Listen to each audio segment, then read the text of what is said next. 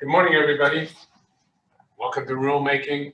California Building Standards presents. So, my name is Timothy O'Malley, and thank you for signing up and attending today's training. Can everybody hear me well? I'm assuming.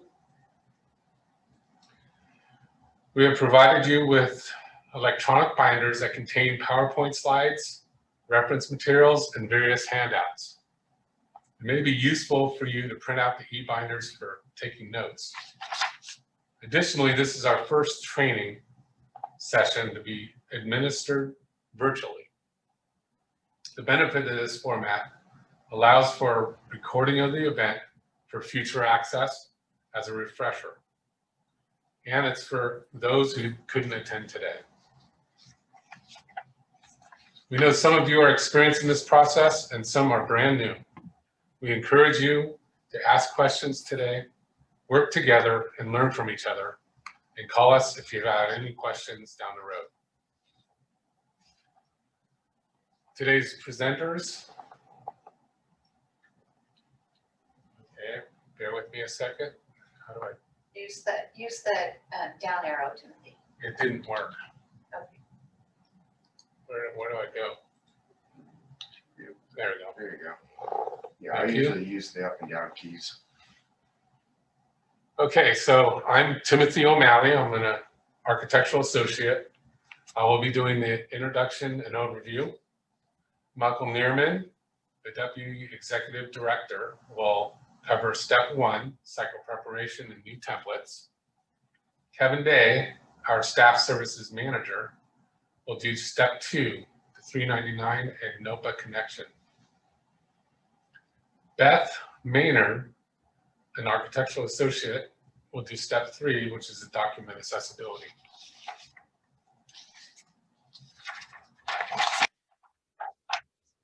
So some housekeeping. Please be sure to keep yourself on mute.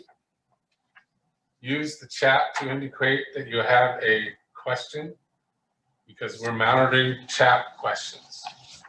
You don't have to state the whole question in the chat. Just let us know and we'll recognize you. Please do not unmute or speak until you are recognized. And we'll check on everybody at the end of each section to make sure you're ready to move on. This might be raising of hands or generally maybe a quiz. Thank you for participating. We have some acknowledgements today, and we're going to do a little icebreaker. So I'd like to recognize our administrative staff for all the hard work that they've done. Katrina Benny, Pam Maeda, Barbara Trusley, Lori Chiskowski, and Laura Mills.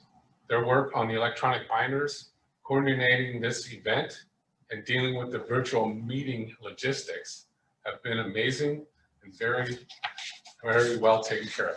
They made this happen. Thanks for everybody attending this training today. We have a lot to cover, and we really appreciate your time and your participation. It's our pleasure to make this training available to you, and we're looking forward to and greatly value your input. We are also looking forward to a successful 2021 Triennial Code adoption cycle. Now we have an icebreaker. So I'm going to turn that over to Laura briefly.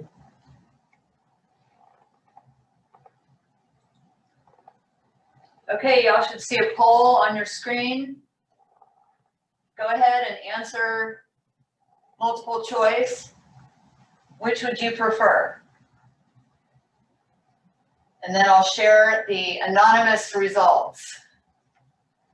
Since we can't go around the room and introduce each other, this is just a little fun quiz to get us started.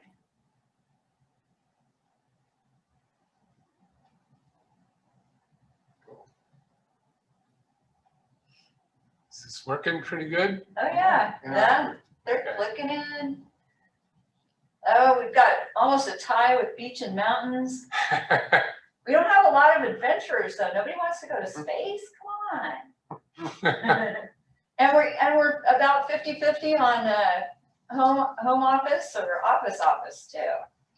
I think I get the space one. We're always trying to have cleaner air. There's no air in space. There's really no need for us to go there, right? Right.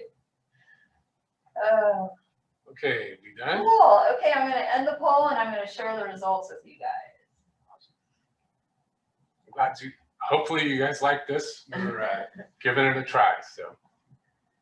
All right. Well, thanks for playing. It looks like we're pretty evenly divided on everything except for space and going back to the past. Okay, All right, Timothy, you'll need to X out of that on your screen. how do I do that? Just hit the Just hit the X right there. on the top. On the Very, top. very, There Yep. you Thank you. there we go. go. And then X.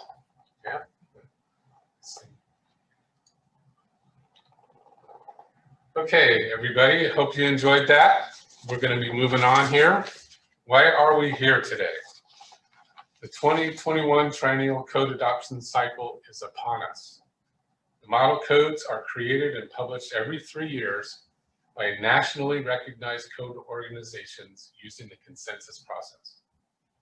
The primary purpose of the Triennial Cycle is to adopt and amend for California the most recent editions of the National Model Codes.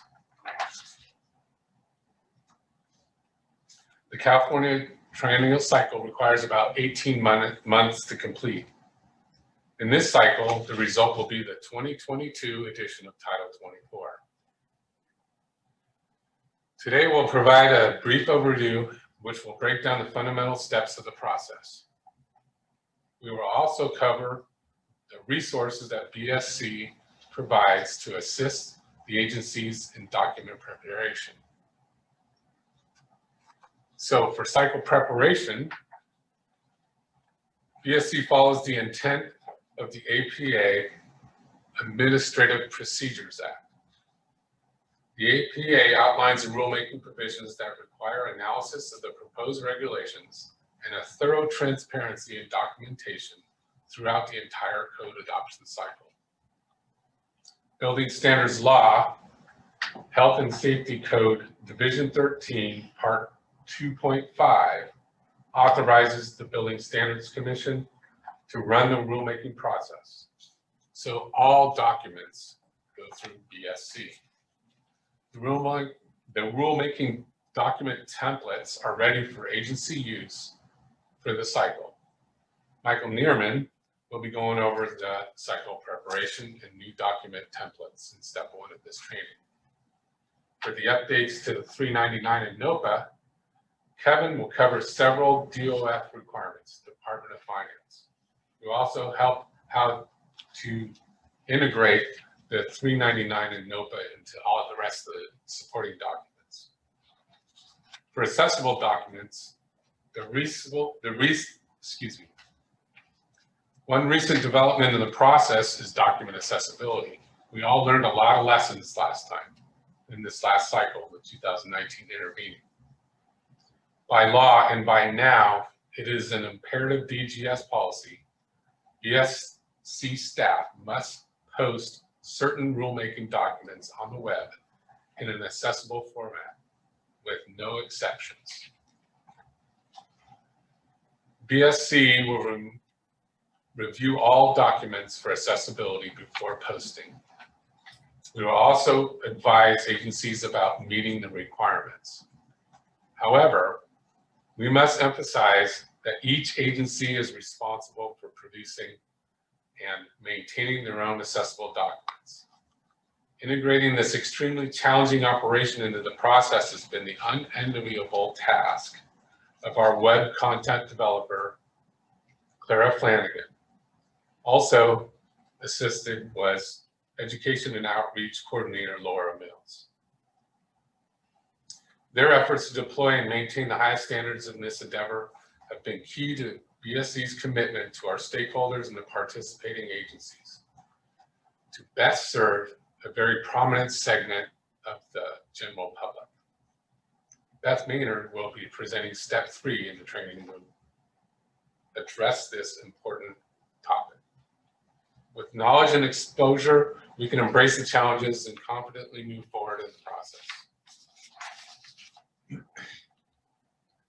So, having said all that, we have fundamentals and resources. We will cover the fundamental elements of the cycle process and direct you to the resources that will assist you in planning the cycle. We've provided you with the electronic binder to support this training. It's big and it's got a lot of great information in it. So I think it looks like this. So if you see in this, that's what we have. It's electronic. I hope everybody's has theirs open.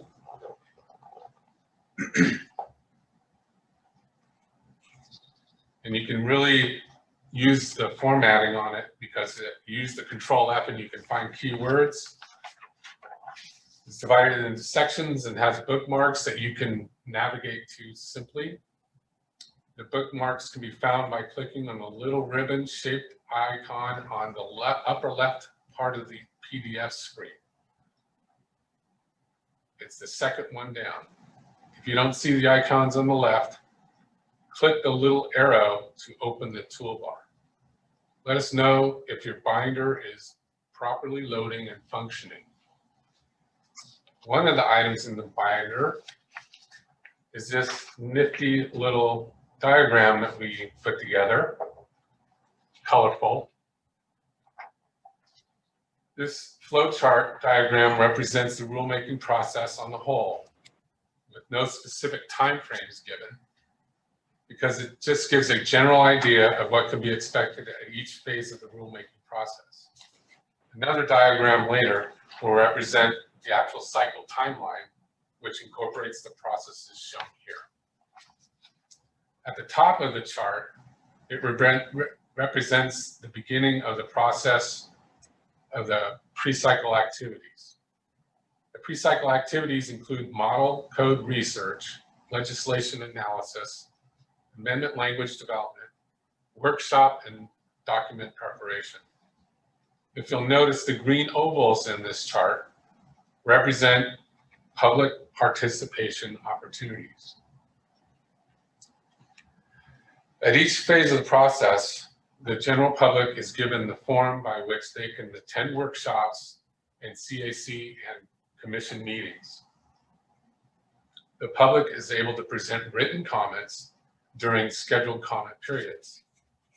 Incorporating public participation allows for transparency in the process. The agencies also get important community and industry feedback to further develop their proposals.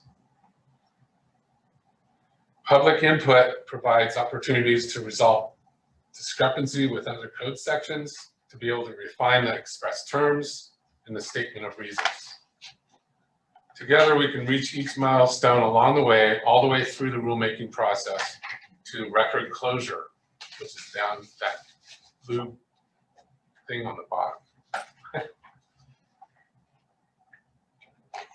During the pre-cycle activities, BSD provides the agencies with rulemaking document templates. The BSC works with the agencies to delineate the layout of the express terms to develop the supporting documents for the cycle also. If you'll notice the third blue bar from the top, the rulemaking cycle formally begins when the initial rulemaking documents are submitted to BSC. The Commission has 1 year to formally adopt the new developed codes and amendments. When the clock starts, there are no more major rulemaking items that are going to be considered for the rest of the cycle. In general, the cycle is a fluid process. We can all work together and make it happen. So we're going to go into the fundamental steps. Everybody with us? Doing good? Okay. This diagram in this slide represents the fundamental steps that the rulemaking documents go through in a typical cycle. At the top, you see the intention, which shows a few different avenues for their for an agency to show the intention of what they want to do in the cycle. The first part is the coordinating council. Coordinating council is an essential part of the pre-cycle activities, which is very productive in the rulemaking process. It's made up of representatives of the participating proposing agencies. The coordinating council proposing agencies meet with BSC and share proposals regarding the model code adoption, shares concerns about amendments, and meets to coordinate with each and other agencies for co-adoption on certain items. Also, what discussed is scheduling and timelines during the process. Agencies will work together to identify all the amendments and code sections that they'll be working on during the cycle. It's not a formal venue. Basically, the Coordinating Council is an agency roundtable discussion focused on the upcoming cycle. The next coordinating cycle meeting is in November 2020. Another avenue for agencies is the letter of intent. It's simply a written synopsis submitted to the Building Standards Commission of what an agency plans to do for the cycle. Another avenue for the intention of the different agencies are the industry agency coordinated, collaborated workshops. Those involve industry experts, stakeholders, co-adopting agencies, and the interested public. It's open to the public. Section 1-403 of the California Administrative Code addresses the regulations that participate in the workshops, in the development of the workshops. This is a valuable part of the rulemaking process. Most of the language in the express terms is developed and critically reviewed using the workshop venues. In the initial submittal stage, BSC will take in and the staff will review all documents. Number one, we review the document packages for completeness and accuracy. Number two, we do a technical review for compliance with the APA and content accuracy. We also do number three, which is accessibility compliance, like we're going to cover today. BSC will return agency non-compliant files. Will return let me start over. BSC will return non-compliant accessibility files and work with the agencies to ensure the compliance for web posting.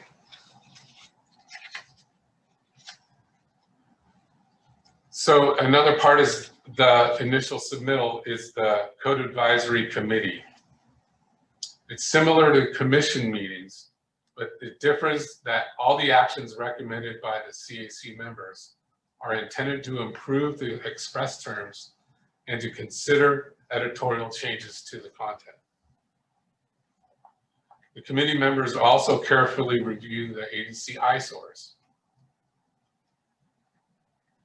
It's made up of members who are industry professionals, agency representatives, and a representative of the general public. The CAC is focused on many parts of the Title 24, sometimes combining parts. It also focuses on one or more discipline or agency. For example, the Health Facilities CAC meeting primarily involves one agency, OSHPA. The Green PME CAC meeting involves all agencies that are associated with CalGreen, plumbing, mechanical, electrical, and energy codes. BSC will schedule these events as early in the pre-cycle activities as possible. This allows as much time as possible for proposing agencies and stakeholders to prepare for the cycle. to gather information and to develop the rulemaking packages. Agencies are given great weight on their decisions whether to follow CAC recommendations. Much of the code and amendment language are developed in this process. The general public can attend and participate, listen in, submit comments via telephone, and address the committee members directly. The next part is the comment period. Upon completion of the pre-cycle activities, all rulemaking documents initially submitted to BSC must accurately reflect what the agency's intentions are for the rest of the cycle. The first public comment period is 45 days. On behalf of the proposing agencies, BSC issues a formal public notice through the Office of Administrative Law, OAL, using their California Registry Notice Register.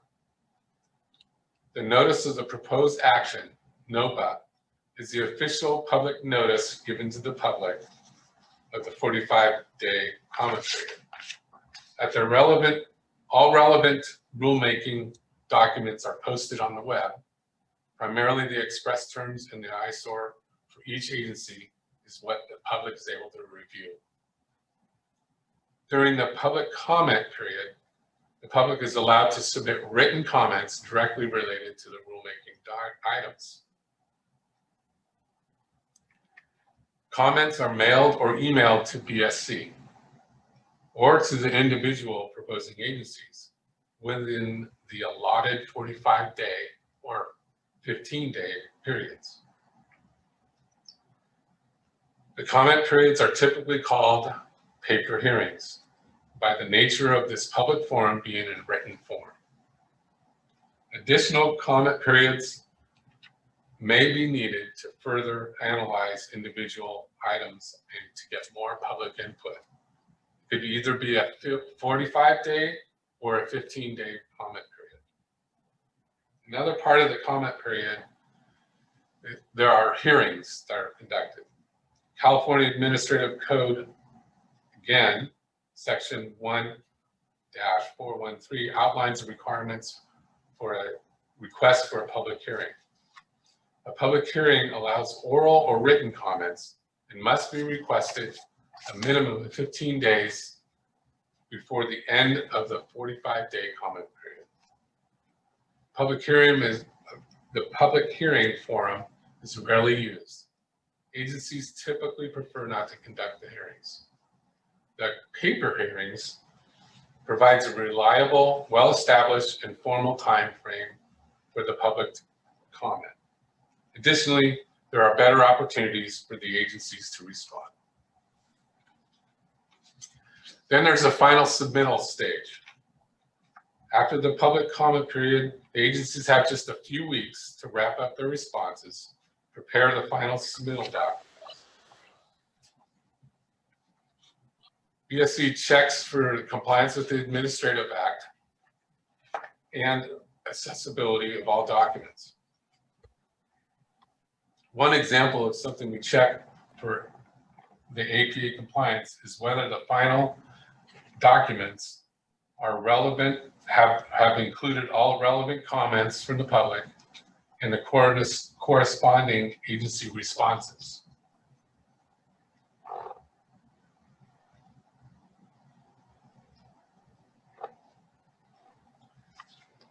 Finally, there's the commission action. So when the staff reviews all the plans and the commission finally gets the binders in front of them, the commission takes action to approve the packages as submitted, approve as amended, or disapprove. The other option is recommending further study. A further study usually pushes the item to the next cycle. At this point, usually during the cycle, there's not enough time to do another public review. The commission formally approves the documents packages for adoption into Title 24, and then VSC files the express terms and rulemaking face sheet with the Secretary of State. From that point in the cycle, the final phase of code cycle is codification and publication. VSC works with the various publishers to review drafts, codify the language with agency participation. The results of the published text is in the latest edition, Title 24. The 2022 edition of Title 24 is what we're working on now.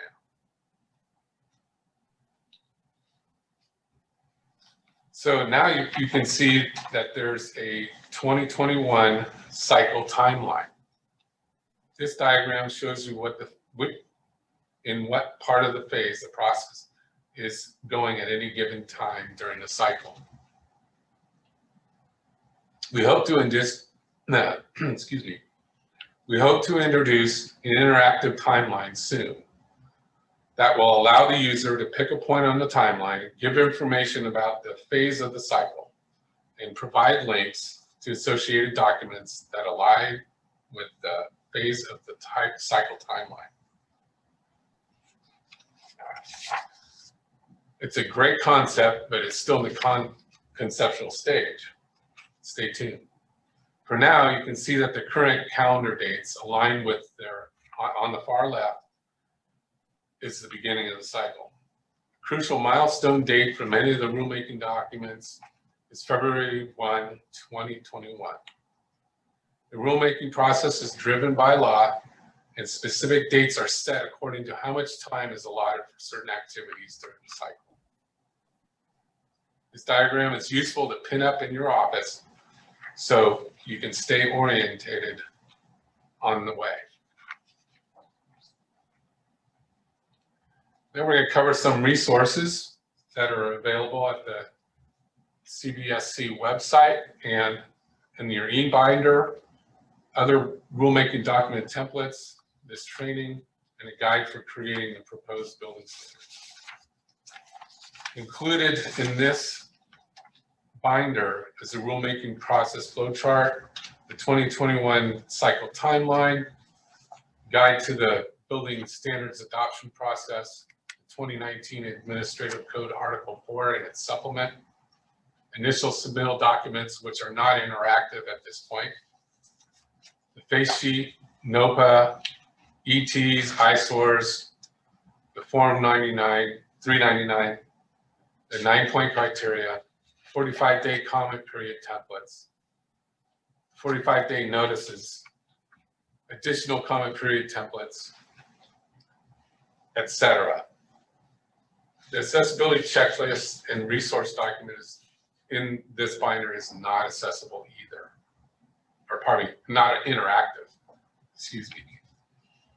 There's also included in the binder is glossary of terms. So we've covered a lot of acronyms so you can see what they mean. The guide to creating the proposed building standards is available for your reference after this class. Use it to assist your document preparation. It is also available on our website. VSC has developed this guide to assist state agencies responsible for proposing the standards published in Title 24. Adherence to these guidelines ensure adoption and approval by the Commission. These guidelines also serve to streamline the work that VSC staff must perform to get all the documents ready for code advisory committees, public meetings, and web postings. The consistency and uniformity among the documents created by the different agencies assists in the codification and coordination with the publishers as well. The staff is available for assistance throughout the entire process.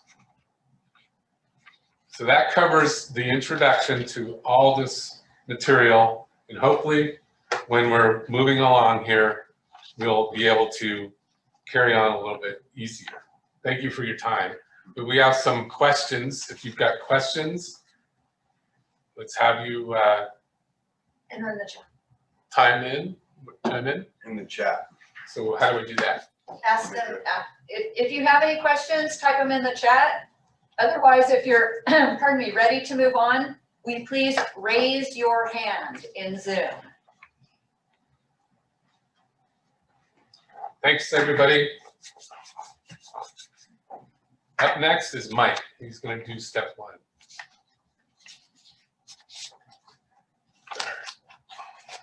Everybody's trying to find where to raise their hand. Is that what's going on? I think so. Let's see. It's a learning event for everybody.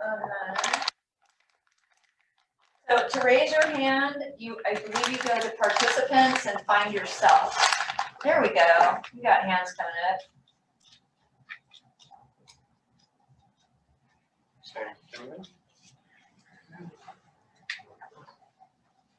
Good. Excellent. Excellent. Okay, and then just be sure to lower your hand again as we move into Mike's segment. Thank you very much. I don't see any questions. Yes, Oh, wait, there is a question. Is this the proper time to ask about your rulemaking documents? We will be covering the templates and accessibility at the end, Corinne. And then if you have other questions at that point, just let us know. And Timothy, was it up arrow or down that advanced? It's the down arrow. Okay. But you have to make sure the mouse gets into the field first. Okay. So you just have to make sure that you press it. Okay. And then now you can go down arrow. Okay. All right. Well, I think we're ready to go. Once Timothy's in clear zone, I'll unmask so you can see my face. Mike, You like my mask? did you want to wipe down the keyboard? You already did, Oh, yeah. we did. Thanks, Timothy. I appreciate you getting it prepped for me ahead of time. And cool mask, huh? It's got this nice California logo on it. Anyway, so thank you. Well, good morning, everybody. I'm Michael Neerman, the Deputy Director for the California Building Standards Commission. I'm going to be covering step 1, the cycle preparation. A number of items we'll cover, but let's get started by saying first that state regulations should not be confused with state laws that are enacted through the legislative process. Regulations are detailed rules needed to implement, clarify, and carry out the requirements of state law. Regulations are adopted by agencies in the executive branch of our state government. Whenever state law requires or authorizes a state agency to establish regulations, it will give that agency the authority. Any regulations of the state agency are adopted into the California Code of Regulations, which we refer to and will continue to refer to in this presentation as the CCR, California Code of Regulations. One of those regulations is in Article 4 of Chapter 1 of the current California Administrative Code. That's where a lot of the California Building Standards Commission's administrative provisions live for you guys to review. The e-binder has good references and information related to these sections out of the administrative code. One of the sections in there that will address some of the items we're looking at is section 1-403, public participation. Timothy went through in detail on some of those steps, so I won't be reiterating those, but we just want to highlight these are the locations where you can go get more detail about the administrative operation for BSC. Additional to 1-403 public participation is 1-407 initial submittal. And then of course, finally 1-415, which addresses the final submittal requirements, again, that Timothy touched on in his opening remarks. These articles include requirements for developing and submitting rulemaking documents to CBSC for public review and publication at each stage of the rulemaking cycle.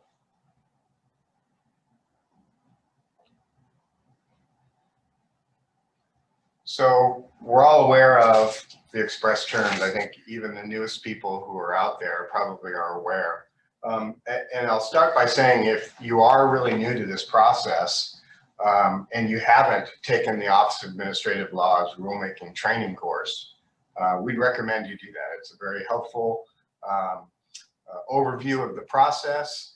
It mirrors what BSC does through the APA process, with some slight variations regarding the Code Advisory Committee and kind of the way we run that early pre-cycle administration. So through the next few slides, we're going to notice specific terms that are highlighted in purple on your slides. These terms will be the focus of why we are going through the process and what the highlight of that particular slide is intended to present. So what is an ET? Well, we all know it's an express term. It's where what we would call the underline and strikeout format for the proposed language for the code. We all know that regulation, strikeout, and underline format is what shows the change, but we have other changes that show up in our rulemaking, especially in a triennial. So we'll talk a little bit about those as well. The main part of the ET is its coordination with the initial statement of reasons. When people look at the ET, they're understanding, okay, this is the regulatory language from the code with the state amended input. However, it doesn't explain anything about why those changes are being made. And that's where the ISO comes in. It does a good job of giving the reader the background and reasons for the change. To make sure that these work well together, those who've been through a number of cycles have experienced the various ways we've asked you to try to itemize and organize your documents. Well, fortunately, in the last cycle, I think it really was one of our best outcomes, with a couple of minor items that we'll talk about briefly. But the itemizing and consistency is really what is making it better for the code user and just for the general public to review, as well as for BSC staff to be able to review everything accurately. So we're emphasizing the importance of itemizing consistency in our format of the documents we prepared. We've provided you with fill blocks, shaded areas with information to be added so that we keep the consistency of the documents across the agencies the same. So please, as you review those, understand that those shaded areas are for you to add information. And if you click in the area and type, it will add the info and remove the shading as you go. And any areas that aren't shaded are usually part of the template, and we ask that you do not modify those unless there's some need. Let's see, consistency. If we have an alternate format, because we know some of the agencies follow the general format of our process, but they have some alternates they'd like to incorporate. If you feel the need to do that, and it's critical to the success of your package, we'd ask you to just discuss that with us early in the process so we can help you get the formatting as close to the consistency we're looking for as possible, but allowing you that alternate to make it more user-friendly for your constituents.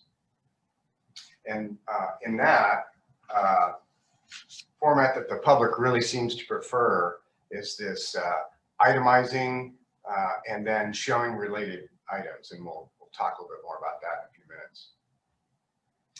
And then the last reason for these documents to have this process set up for consistency is to maintain the consistency across the different state agency proposals.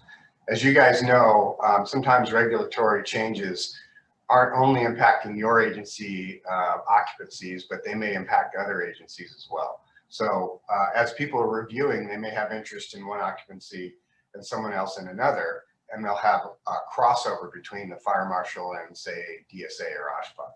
So this gives that reader, that code user, or the regulatory reviewer a better chance to understand the intent of the regulation and then also the extent of the proposed change. Related to all this is accessibility. I'm not going to get into that too much. Beth will be reviewing that in step 3. She'll do the in-depth overview of the access issues that we've had, how the documents are set up, and then we'll be able to answer questions related to the format and the templates that you have in your binders. And then lastly on this particular topic, we discourage the use of margin markers. This is related to the accessibility issue, where margin markers cause confusion and they're not really useful to the vision impaired. So no items carried forward should be shown in their entirety if possible. Of course, as I always say, if it's needed for context and you need to show the whole section to identify important elements that may be impacted by your proposed change, then by all means show the sections you need to show. But just keep in mind that any additional items that aren't proposed for change that you include in your rulemaking kind of opens the door for the interested parties in the public to comment. So even if you're not proposing a change, you may get comments to items that you put in your package suggesting and recommending modification. In those cases, as you may be aware, you're not required to make those changes. You can respond in your 45-day response and your final statement of reasons from the 45-day that you understood the change. However, because it wasn't being proposed for a modification, you'll take it into consideration in the next cycle. Alternately, if there is time and it is sufficiently related to what you originally proposed, and in many times it makes sense, it's something that you think will be good and you want to accept, you can work with BSC and we can come up with a potential additional comment period, 15-day if it's sufficiently related and not a significant change. If there's time, it could be an additional 45-day, but it has to be sufficiently related, and 45 would require it to be a significant change, but still related to the original proposal. So again, no margin markers, carry forward your existing amendments. You can do that in a couple of ways. You can list a portion of the information, the section number in the beginning of the title, ... and then in parentheses. And I think HCD has done this in the past, so it really is helpful. Basically a statement, no modification to the existing amendment, or no change to the remaining text, something along that line. And then that'll help the user understand that, the code reader, understand that this is related to the change, but isn't actually being proposed for modification. Or it's just being moved forward into the new cycle, in the case of a triennial cycle. The shading is to be removed. I mentioned that earlier. And make sure your charging language in your eyesore, your charging language at the beginning of each of your item numbers that explains the intent of the agency for that particular item is succinct in its approach. Be clear. Make sure you include everything that you feel is important. And we'll touch on that a little bit more as we move forward as well. So in the initial statement of reasons, this tells the reader why this proposed change wants to be moved forward. The reason it became a code change, which is the purpose, and what the issue or problem is that this change was designed to address, and then ultimately the rationale for having it in place and any benefit that might be yielded from this change. So keep that in mind, the purpose, the problem, the rationale, and the benefit. Those are really the key items that you're going to want to identify within your eyesore responses. One of the required elements to maintain consistency will be to correlate the ET with the eyesore in a more complete manner. By that I mean, in the past, and you know, you've seen this and you've written these yourselves, phrases like to align, to clarify, to provide clarity, or the ever popular to promote consistency. And we love those, they're great, but they no longer are going to be an acceptable entry in an eyesore as the only reason for the change. While all these may be true, they're not very descriptive for the reader. So if you feel you need to say to provide clarity, which is fine, simply elaborate. What's being clarified? And why wasn't it clear prior to the need for clarity? what happened to cause the need for clarity? And by clarifying it, what does that do? What is there benefit to it? What's the result? What's the benefit for clarifying this particular item? So that's a good way to kind of sit back and think about how your ISOR language may best address the express term change. BSC staff will be checking for complete statements. So again, be thorough, explain the purpose for the change, the problem for why you are making it, and what it's trying to solve, and then rationale for the change and what benefit might be provided by that change. Your ISOR will also go through a 45-day public comment period and must contain the responses and recommendations and responses from the Code Advisory Committee process. Not just the effect of the changes that the CAC made, but all the recommendations need to be identified. I think there was a cycle or two back where somebody had questioned if that was even needed in their ISOR. And so when you submit the ISOR initially, it aligns with the ET, goes to CAC, they make recommendations. There's a portion in the ISOR then when you submit to 45 post CAC, where you then incorporate the changes that the Code Advisory Committee recommended, or the accepted standards they recommended. So we'll be looking for those. If they're not there, we'll ask you to work with us to add that. Transparency is critical to the success of our packages, and it makes for really good rulemaking. So a clear summary with the ISOR and the CAC recommendations is critical, and the agency response to those recommendations is also very important. Moving along pretty good. So format of ET and ISOR related to some of the items in the templates. So during the triennial cycle, you're required to be very precise with your charging language at the onset of the chapter. It's important to be complete in your statement so that the general public reviewing the document can decipher the intent of the agency. Also, BSC staff uses the information to assist in the codification portion of the cycle. And by that I mean, so as we're preparing those documents for codification with ICC or IAPMO, we look at your charging statements on your ET under each item to see if your intent is to include the entire chapter as amended, or perhaps you're only amending portions of the chapter and you're not adopting the entire chapter. So that's the kind of information that really becomes useful and helpful, not only to the constituents, but to BSC staff as we prepare the publishers for publication. Lastly, we translate statements to the CAM, or the Commission Action Matrix table, in the annotations section. So not only does it inform us and help us with the publishing process, but it helps the public because we put these annotations in, and it gives the commissioners, as they do their review, some additional summary information related to the change. When repealing, say, the current 2018 and adopting the 2021 models, carry forward existing amendments, but only show as few words at the beginning of the section and a few at the end with quotes. And like I said before, and perhaps parens that say no change to remaining text, or no change to text would be great. And doing this will help tell the stakeholder that this is an amendment moving forward without a proposed change. For those that have significant numbers of amendments, and I'm speaking mainly to the fire marshal here because you guys have a lot of related items, provide the list of those sections to move forward in sufficient enough so that it tells the reader other elements that are included in the proposed changes that might be impacted. That's an important statement, and I'll restate that to be clear.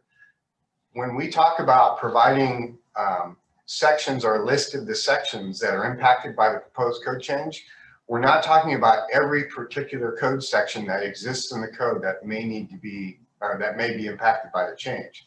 We're trying to help the user of the document identify other places within the document that relate to this change that they're reading, not having to go back to the code and look up other sections that aren't part of the code change. That they can do that if they want, but what we'd like to do is try to reduce the size of the number of references to only those that are included within the proposal for that cycle. And if it's a large cycle, like the triennial tends to be, I understand we may have a lot of section references, and that's fine. But from the intervening cycle, I think there were quite a few that perhaps could have been eliminated, just to make it a more succinct list of impacted sections. In a couple of cases, we had 2 pages of just listed numbers, and the response from the public was this was really hard to read and understand why it was that way. So anyway, going forward, we'll try to be as concise as possible, and we will again work with the agencies if we see that there may be an issue. Mike, Yes. we have a request for you to go over that one more time about the references, just Yeah, absolutely. that So again. a good way to consider it is if you were to list the sections that you're proposing for your ET, not all sections you have in the code, but just those that are being proposed for modification within this particular express term proposal. You put a list of all those sections you're changing on the side to look at. As you're making each of your proposed code changes, and you say, this code change may also impact the following sections, you would look at that list that is included in your ET and say, okay, this one does, and this one does, but the rest don't. So you'd include those as the items referenced. That way, as the reader's looking at it, they go, oh, I see, in item 3, there's another item that impacts or what I'm doing in item 1. So I'll go look at 3 to see what the impact is for that one as well. So that's kind of the idea that the other sections that are being proposed for change. Again, what I was concerned about is listing every potential section that might be impacted by a proposed code change creates an enormous list of sections for review. And it probably, I'm guessing, provides an enormous amount of workload for the staff that are creating that, because it's a lot of review and research to figure out what all those are. Helpful, but it's a little overkill for our purposes for the rulemaking. So again, only reference those sections that are included within the ET that are proposed for change that are going to be impacted by the change the person's reading at that time. If item 1 is the change you're looking at, and there are sections in the ET in item 3 or item 5, that's what you would list. You'd list those sections that are also in those items that may be impacted, as opposed to listing every section in a chapter that may also be impacted by the change. I hope that's clear enough. If not, that's fine. As we get to the initial submittals, we'll review and we'll work with the agencies to be sure. But what I would say is before you go and make those lists, extensive lists, reach out to us and let's talk about it, and we can kind of give you feedback on what we think should be included as the references for that, if that's helpful. Let's see. Also, show not adopted or deleted new model code language in strikeout. So for example, in the 19 intervening, SFM again carried forward, this is awesome, the repeal or non-adoption of sections that we have included, that we've included as a sample in the regulations. It was related to section 310.4 residential group R3, and I believe we have a copy in the e-binder. That was what I asked. I don't know if that's there, but so once you get a chance to look at that, we can talk more about it. This is really more related to when you have model code language that was repealed or removed, deleted, if you will, during a cycle. And then we come to a new triennial, the model comes back, and as the publisher of the model code, they're going to keep all their original language in there. So as you review the new model and you know that that language was stricken last time, you're probably going to need to show it stricken again for the new model, just to make consistent the input that you are not intending to adopt that model code section, and that's why it's being shown in strikeout, because it causes conflict. Again, the ISOR is going to go a long way to explain to the reader why you're showing model code stricken. That's an important element. Again, don't go too far down that road. If you're not sure, reach out to us as you're developing the language and we can help you with that. But I think you get that concept. If it was stricken in the model last time, you're probably going to want to strike it again this time to ensure that it is removed from the new publication once it becomes the new triennial edition. And again, I think we just included a sample for that. Regarding the footer information, we provided the shading in the areas for fill and print for these areas, for these items. And so please only change the shaded areas. And if you don't have the appropriate information, for example, in the initial submittal, we haven't established a rulemaking file number yet, and the footer has the file number in it. So don't fill that out until later, or we will help get that information incorporated as it becomes available. Let's see, we also set up the templates to be ascending order. And that's typical, as we know by the code, by our experience, our past, that we like to go chapter, section, article. And we like to start in chapter 1 and go to chapter 2 and go to chapter 3. Now, again, we know that some agencies want to show associated items impacted, and that will help keep this in order. If you want to show them in descending order and then list the items that are also impacted from the other items. Hey, Mike, I'm Yes. going to interrupt you. Okay. Crystal has a question. Sure. Crystal, do you want to unmute yourself and ask your question? Sure. So to be clear, you said that we could put in brackets, existing amendments to remain, to go forward. Yes. But then you're saying that if we have an existing amendment to delete model code language, that we have to show the deletion again? We can't just simply say? You could just simply say, the concern is then as the publisher gets it, we really have to be super diligent in our review to make sure that they include the removal of that language, because it's their language. They don't tend to want to remove it unless they know for sure. And we found historically, as we go from triennial to triennial, model code language that was removed in the prior cycle, either intervening or triennial, reappears sometimes in the new model. So in the California version of that. So we found that it's helpful to the publisher when it's related to model language. A lot of times you guys will have a section. I think the R3 was a good example because there was an entire section that is from the model that explains, a requirement. And I think the whole thing was stricken and the model code language is modified to show what needs to be added. So it's important, I think, for the publisher to see that. If you prefer and you want to save space, you can provide your rulemaking documents without showing all that, as long as you explain it really well. But I think when we get to codification, we're going to probably want to provide that info more specifically to the publisher, just to ensure that they remove the language we want removed. So the thing is, for example, chapter 38 in the model code IFC is, higher education laboratories. We have group L in California. So that whole chapter is basically not relevant in California at this time. So, we'd have to show that whole chapter stricken out again. I think in a case like that, that's an easier thing to understand if you read a descriptive ISOR about that. It would be more easy, and you could more easily explain that, you have a replacement provision for this entire model code section or chapter.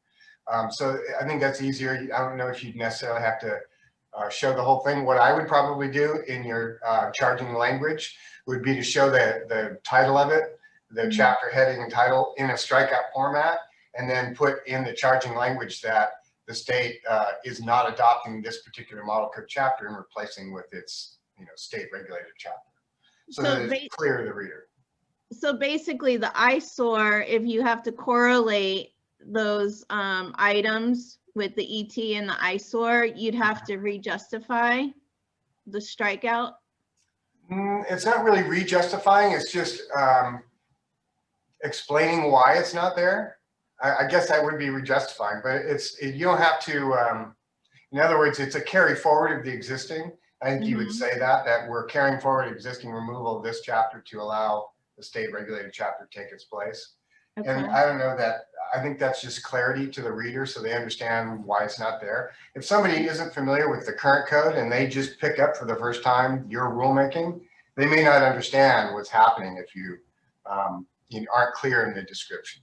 So I think ultimately is, we're not gonna sit down and have you rewrite the entire eyesore language to be what we think it should be. We're trying to get through that. If you can read that and understand what's happening with it, then I think that's fine. You can show it in a number of ways.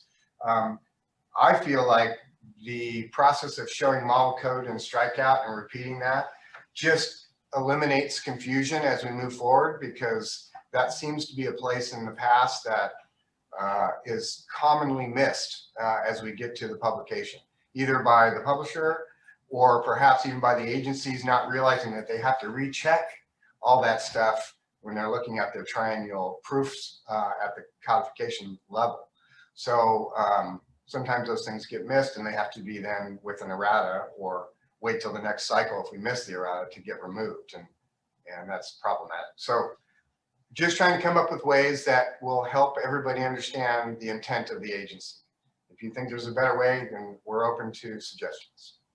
Okay, I just don't want to open up, because it is in the rulemaking, that it would potentially be open up for public comment again. And, if there are people that don't agree with it, Right.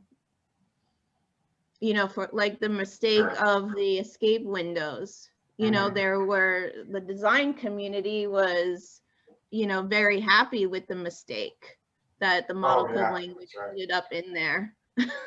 So, Yeah, but I understand, but I think the key word in that statement is mistake. So it was a mistake. It wasn't intended to be that way. While they may have loved that, it's unfortunate because it's not the way it's supposed to be. So that's a kind of an example of if we don't actually correctly show it, it gets printed wrong. And that's why that problem actually came up in the first place, is it got missed during codification and didn't get printed properly. So it created the unintended consequence of everybody thinking that there was a new change that they could now, incorporate. So my feeling is if you show it, it's easier to explain and say there's no intended change from previous cycle. We're showing this for clarity so that you understand the reason why we're moving forward.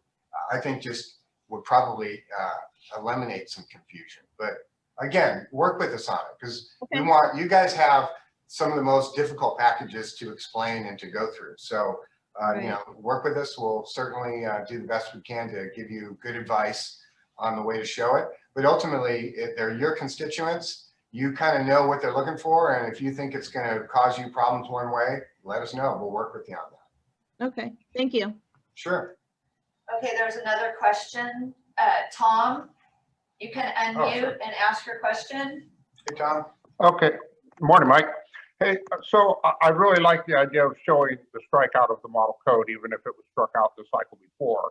I have the same concerns that you do as it not getting caught by the publisher. My question is, if we show the strikeout and say we've struck out a last sentence and we put in a California amendment sentence, do we want to just show that sentence in italics and not show it in underscore since it's an existing amendment? Or do we want to show it in underscore so that they know to add it? No, I would, that's a good question. I would show portions. So in other words, you could show the strikeout, and then when the amendment starts, you show a portion, not underlined, and then in the parens, remaining text unchanged. It's similar to the way you guys have done in the past, where you have amendments moving forward and not modifying them. Just Okay. the heading, a few words, dot, dot, dot, remaining text unchanged, and that carries it forward. So in Okay, that so case, we'll that's how I would do it. We'll show the strikeout, then the amendment just in italics, but not underscore, and then just say no change to existing. Yeah, and amendment or something. exactly. And then the charging language, you would explain in the charging language that you're moving existing amendments forward and showing existing model deletion or whatever, so that it's Okay. kind of clear, and then you reflect that in your eyesore as well. Okay, perfect. Thank you. Thanks, John. Okay, we have one more question Okay. from Diane. Diane, do you want to unmute and ask your question, or shall I read this?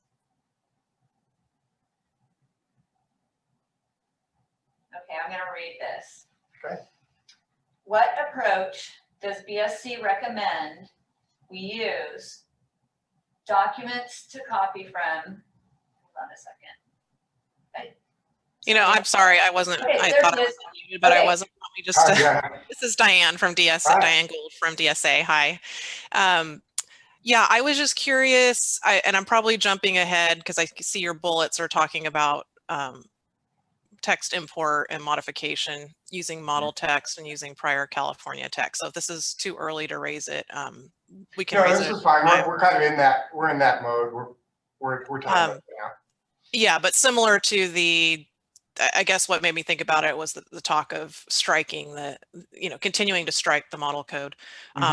Kevin sent us, we have the 2019 IBC and IEBC, so we can pull the model code, the model language from that. I wondered what PDF or document you recommend we use to pull the California language if we're doing some modifications that we want to show in our express terms. Yeah, I think we might have to get clarification from Kevin. He may be able to help once he comes in for his portion of the presentation. Because he's working with the publisher to get us the, I know we have drafts right now, but we're going to get of the model, but we're supposed to get at least copies of the language from the publisher that includes the amendments. So I'm hoping we can go back and grab that language and copy and paste it into your documents. We're still waiting for that. We have some communication on the availability of some of those things, but they're not here yet. So that's a challenge for sure. I'll check again with Kevin to see if there's some other form that we have that you guys can utilize for getting that information. But until the publisher provides it, I'm not sure that we have what we need yet. Kevin's online and he's willing to chime in. Go ahead, Okay. Kevin. Thanks, Kev. Can you guys hear me okay? Yes, sir.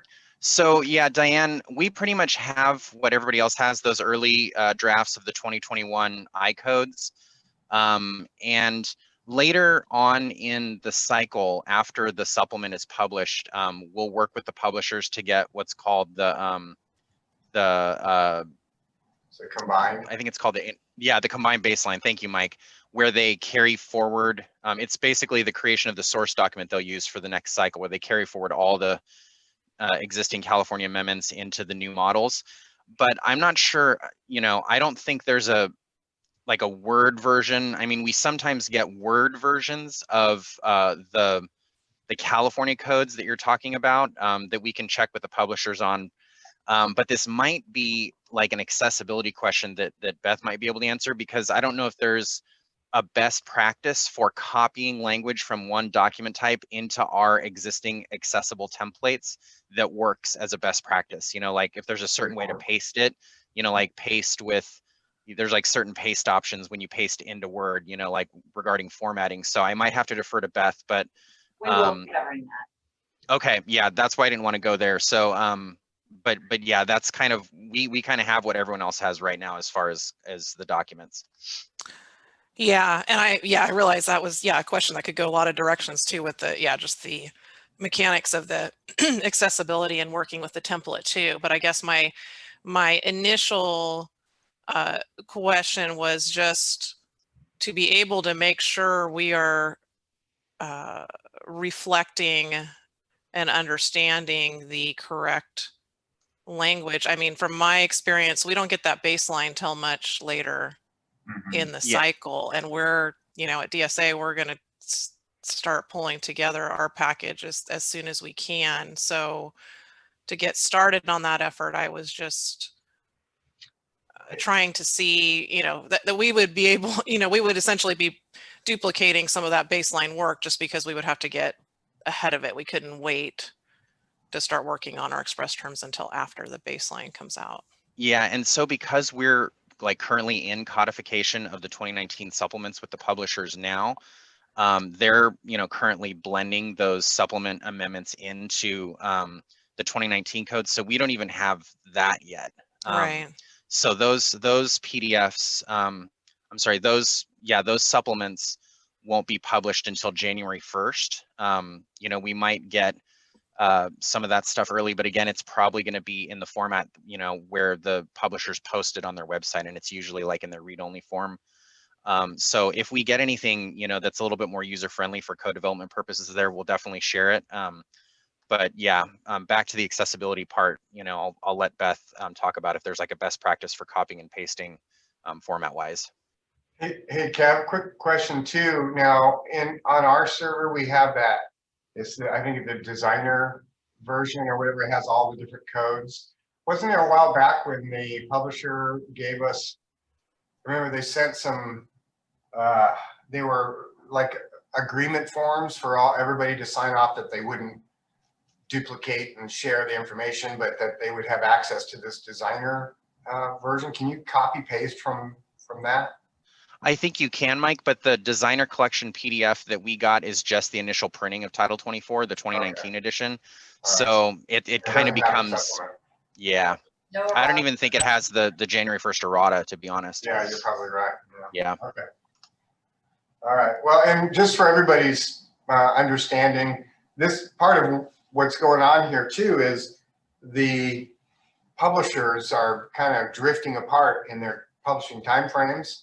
And so we have the earlier time frame for the cycle. The February date is for the plumbing, mechanical, electrical, and green provisions. And then the May date for submittal will address all the I-code stuff. And part of that is because the I-codes are lagging or they're further off, and the IAPMO or U-codes were early. So so we have this extra gap, kind of like what happens with the electrical code and the rest of the parts. Now we get to do that with the plumbing and mechanical as well. So kind of a challenge for us to set this up so everybody has sufficient time, but we stay within the cycle time frame, which is a challenge. So we appreciate you guys working with us on that. And we'll provide as much as we can on the question Diane had regarding access to the source information. But we'll see what Beth has as far as copy clipping, so that if we do find some source info, at least we don't mess up our access documents with pasting a lot of unaccessible information into them. So let's see, I lost track of where it was. Let me make sure we don't have, can you go over grouped items? Is this the proper place to go over grouping? Sure, The we've talked separate about working that. document, which is also included in the eBinder as a sample of how rulemaking items are grouped by topic. Okay. Let me see, Unless I'm you're looking- covering that on a later slide. Yeah, so I'm looking ahead to make sure I don't duplicate here.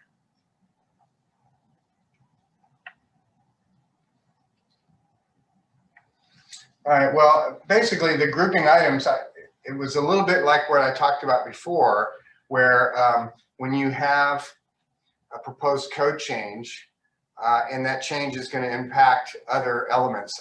One of the agencies I think in the past that have been challenged with this because of how interconnected everything is DSA for the accessibility provisions.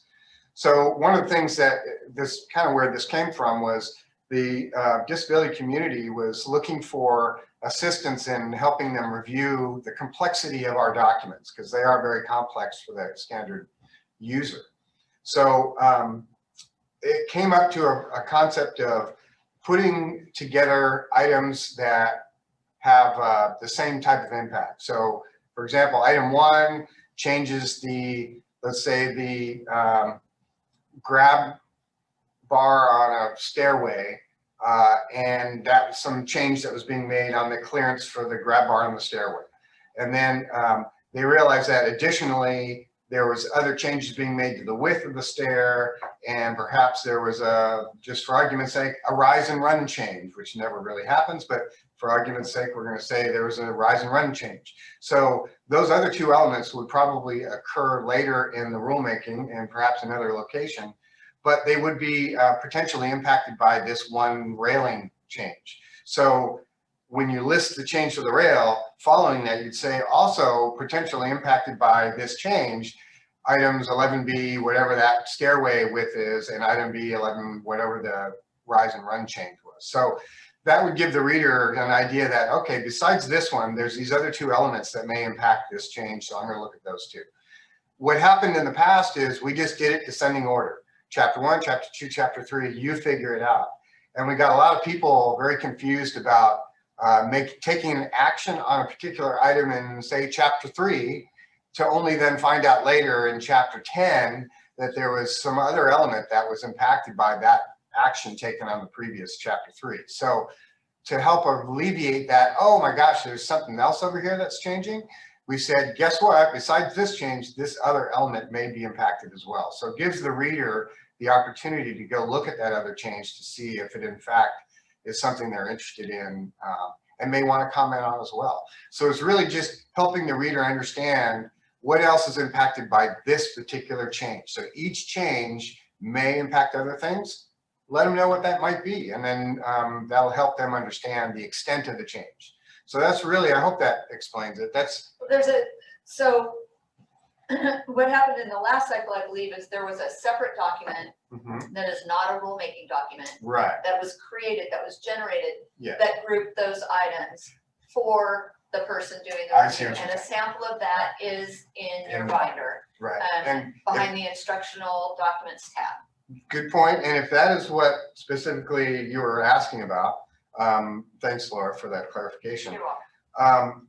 Yes, both DSA and I think SFM provided those lists for the commissioners at the commission meeting to review those regulations at the end, taking action on them in individual groups. That's very helpful. And we ask that you work with us ahead of the commission meeting if that is the case. Once the comment period is completed and you're getting ready for your final submittal, to work with us on grouping those items so that we can make sure the commissioners get a hold of those as well as the public. Because what we found, while it's very useful for all of us who know what's happening, for those people who are on the phone or listening in via Zoom or whatever, it confuses them because they're taking groups of items that are related, and it's hard to follow when you don't have that list in front of you. So if we get you guys to provide that listing ahead of time, we will post that along with the other documents so that the public can see what the intended groupings will be. Fire Marshal did a fantastic job on that last time. And you may recall, and I believe it's still posted on the website, where they had all the different work groups that addressed the tall wood and the different elements that they were incorporating. And that identified not only all the items together that were affected by that, but which group it was that proposed that or reviewed and proposed those changes. So very helpful, really useful. Commissioners liked it, and I think the public liked it. So in that regard, that's helpful. If you have a package that has a lot of items that are related that you want the commissioners to take in groups, then work with us ahead of time, because that's how we would like to see it handled. Does that make sense? Okay. So picking up where I left off on the last, I just want to everyone to be able to present their items in a fashion that best suits their needs and the needs of their stakeholders. And so referring back to Crystal's questions, you know best what your stakeholders want. You know generally what we're trying to show. If you have a hybrid version that you think would be best, then we're certainly willing to listen and incorporate those things in if we can. However, if we ask for an alternate format to be used to group items and the agency has some problem with that, unless there's a really good reason not to, we're going to be pretty firm about how those are grouped. And they work with the templates. You'll notice when you look in there, everything, the blocks for each of the items are pretty consistent. So we're trying to maintain that. Let's see, realign chapters, articles back into descending order. Yes. So one of the other things is when we get to the end of this and the commission has made their final approval, BSC staff has put all the documentation together and filed with Secretary of State. You as a proposing agency have received all your final documentation from BSC. We get into the codification. Some of these packages are really large, especially in a triennial. And when you take the items in your ET out of descending order, which we know that will happen in some cases because it's the easiest way to show how things are grouped. when that happens, all we're going to ask is at the end, when we're in codification, you as the proposing agency for that particular item, assist us in reorganizing or reordering it back into a descending order for the publisher. The publisher doesn't care that item 1 is related to item 7 in your rulemaking. All they want to know is what goes in chapter 1, what goes in chapter 2. So if we can work together and reorder the documents back into descending order for the publisher, it helps us enormously in the codification stage. And again, we'll work with you on that. Not a big deal. We just like to give the publisher as few confusing items as possible so that the first proof is as close to the blue line as we can get. Fewer proofs better in that regard. We're very limited on time when it gets to that point. So, you know, we'll ask for quick turnarounds on those items from the agencies. And history shows you guys you step up and you take care of it when it needs to happen. So we appreciate that. And if there's any additional clarification on that codification process, we'll certainly address that if needed. Moving on to the next item, I believe is showing existing amendments that should be avoided. So we kind of talked about some of this as we were going through, but we assign rulemaking package numbers so that when the agencies submit their initial packages for a given cycle, they're not necessarily dependent on the part number. That's a confusing item for some people. So 0419 isn't necessarily part 4. It may end up being part 4, but it really is related more to the order in which the packages were submitted. In the past, we've received some packages earlier than others, or we received them in a group. And so we'll do the best we can to make sense out of it, but we don't want people to be confused by the BSC rulemaking number or has any delineation to it other than the number of package that was received and the cycle year that was submitted in. So hope that's clear. Your part 1, if that's the only package you submit, it's going to be a number 1 with the cycle year. But if you submit 2 or 3 packages, like for example, OshPod sometimes submits a part 1 package along with a part 2 change. They have 2 chapters in part 1 that are impacted by different activities within the building code that they do, structural or non. And so in that case, you may have a part 1 with an 01 number and then another part 1 provision that has an 02 or 03 number because of the order that they were reviewed. So don't let that confuse you. It has nothing to do with the part. It's the order in which we receive the packages. And Michael, this year's package numbers will be 21?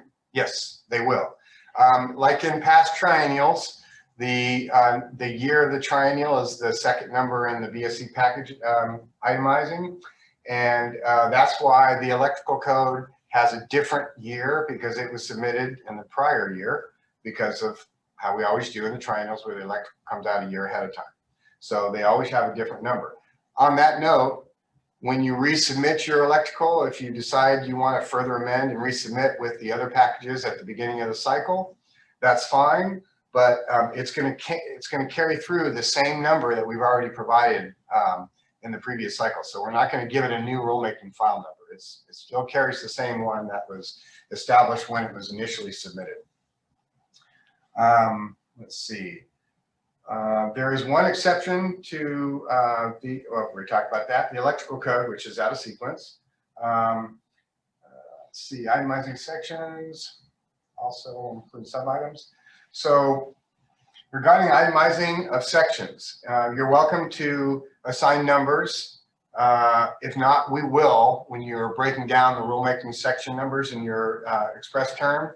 If you want to break them down more, that's fine.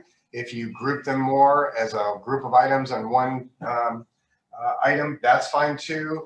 But as you know, when we get to the CAM and we're creating the Commission Action Matrix table, we found over time that if we don't break down those sections by each individual section number for the commissioners to take action on, sometimes a group action can cause confusion in the final approved regulations.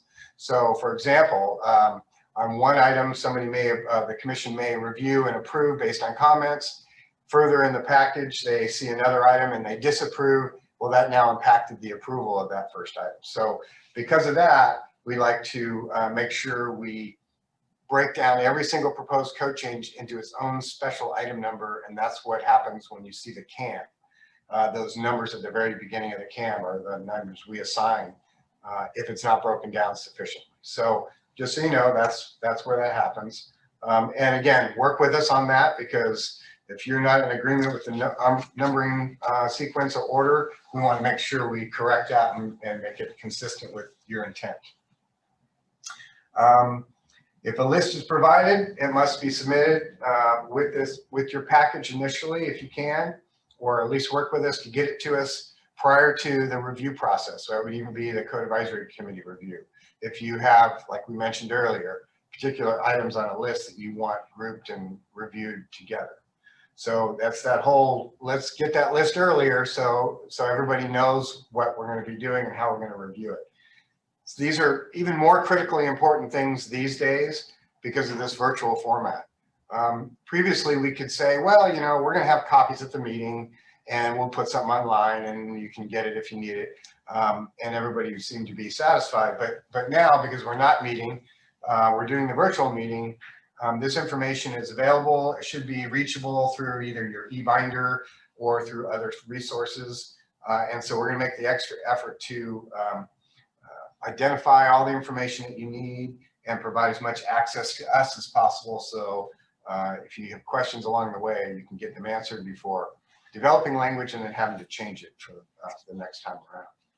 So there isn't much else to discuss unless you guys have specific questions about, like we talked about before, itemizing or how the packages are going to be submitted or reviewed. I think as you see the templates, if you haven't looked at them already, they look very similar to the way they did last time. Very few changes. The biggest issue again is accessibility.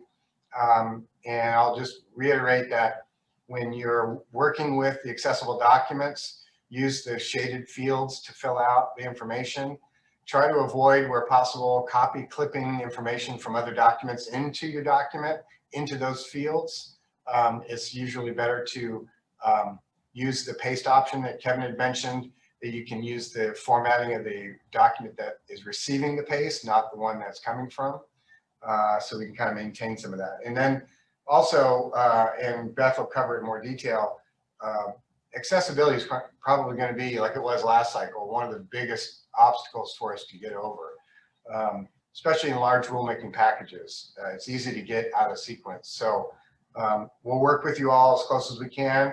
But remember, the rulemaking packages are your responsibility as far as your agency's packages to be accessible. We'll help you if we can, but we're not going to be able to make them all accessible for you. We're trying to set up the templates and the instructional information such that you'll be able to do that on your own and check it for accessibility prior to sending it to us. I think Timothy mentioned if we receive submittals that are not accessible, we'll be rejecting them pretty quickly so we can get them fixed and resubmitted. Other than that, We have a question okay. from Crystal, and then we have a little quiz. Okay. So first of all, Crystal, do you want to unmute and ask your question? Yes.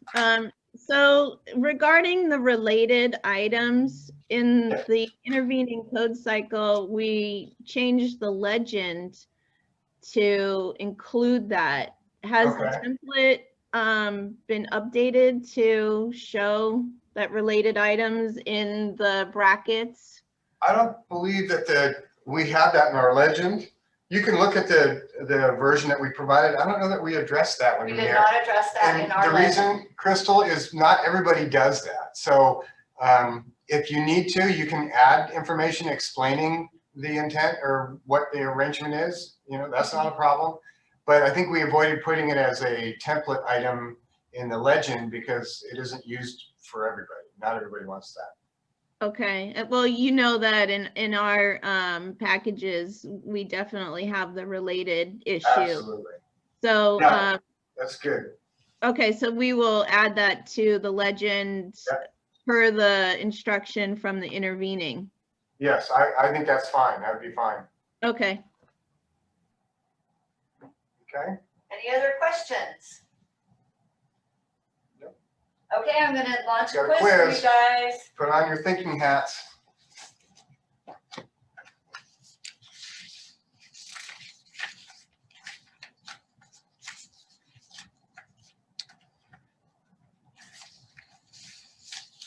Oh, you all are too smart. There's no, because Mike said so. What's the deal?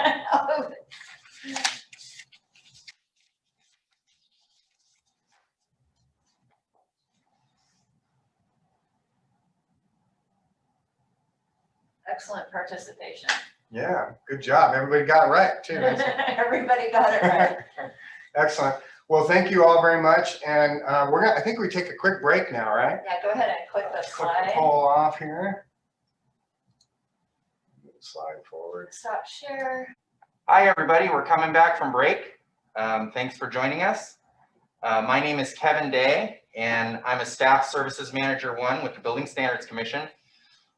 Like Mike, I wanted to share my snazzy mask I got from the State Fire Marshal. Thanks for sharing this with me, Crystal. So I'm going to take this off now.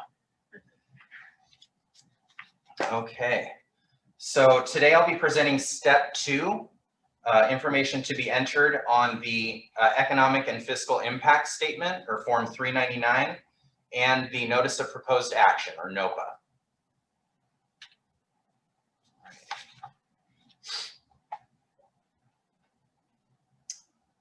Okay, here we go. So 2 of the documents, so I'm good to keep going? Yep, Okay. off you go. All right, so 2 of the documents required for the initial and 45-day submittals are the Notice of Proposed Action, or NOPA, and the Form 399. The NOPA is the legal document that advises the public of the plan to adopt new or amended building standards. This document also contains cost info that is consistent with the Form 399. The Form 399 reflects various public, private, economic, and fiscal impacts a proposed building standard would have on the regulated community. We require that you submit 1 hard copy and 1 electronic copy of these documents. For the electronic copies, we ask that you provide a USB flash drive or a CD containing electronic versions of the documents. So you may wish to jump to the NOPA template in your eBinder now, because we're going to start looking at that.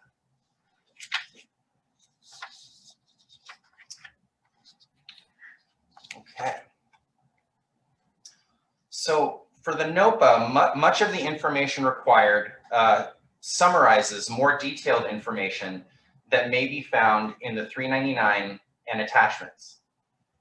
The NOPA is filed with the Office of Administrative Law, or OAL, for purposes of publication in the California Regulatory Notice Register only, and is not subject to OAL review.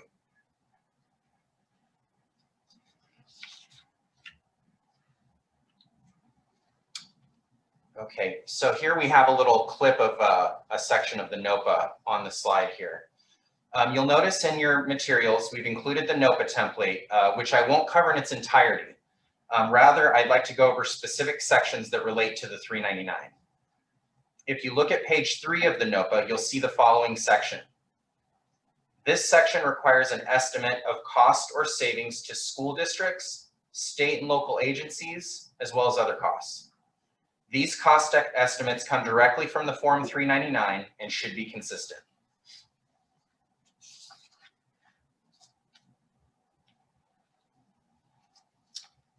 Okay, at the bottom of the same page of the NOPA is the section about the impact to business.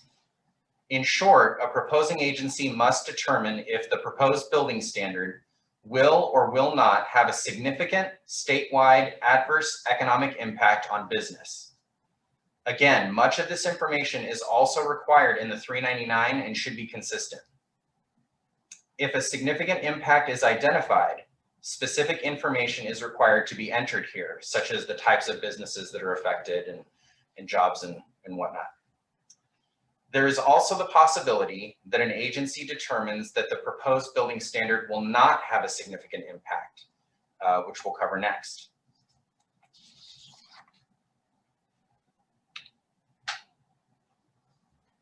So on page 4 of the NOPA template, a state agency must include very thorough information justifying its determination of no significant impact to business.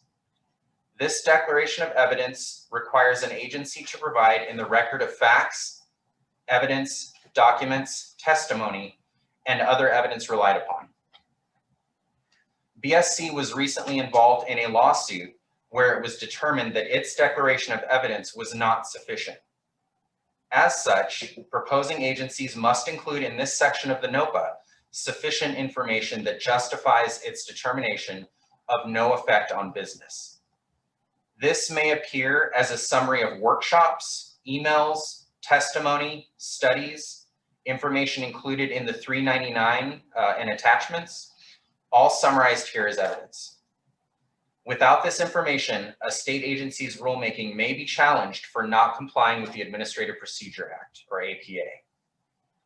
There are other sections on this page that require information on the impact to the regulated community, such as the finding of necessity for the public health, safety, and welfare.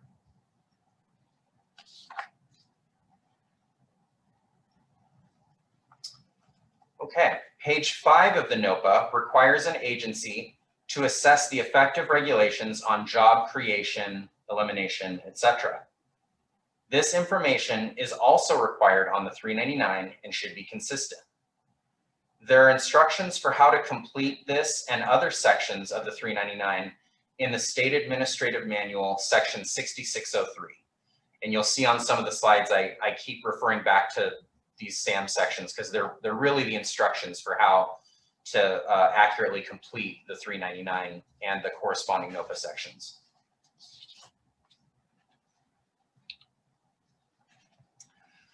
So part 5 of the NOPA page 5 of the NOPA requires an agency to provide the estimated cost of compliance that would impact housing and consideration of any alternatives considered by the agency, information that should also be consistent with the 399. We will now switch gears and take a look at the Form 399. So if you want to jump ahead to that template in your materials, we'll start looking at that.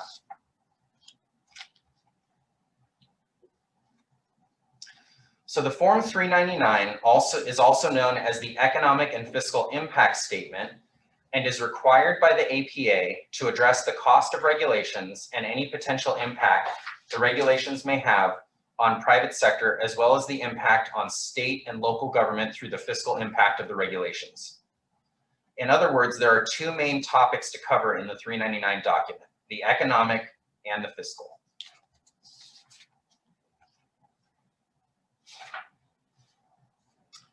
Here we have an example of a completed 399 cover sheet. It might be kind of tiny to see there. But again, if you're looking at the page 1 of the template, you can kind of see some of the information that it asks for here.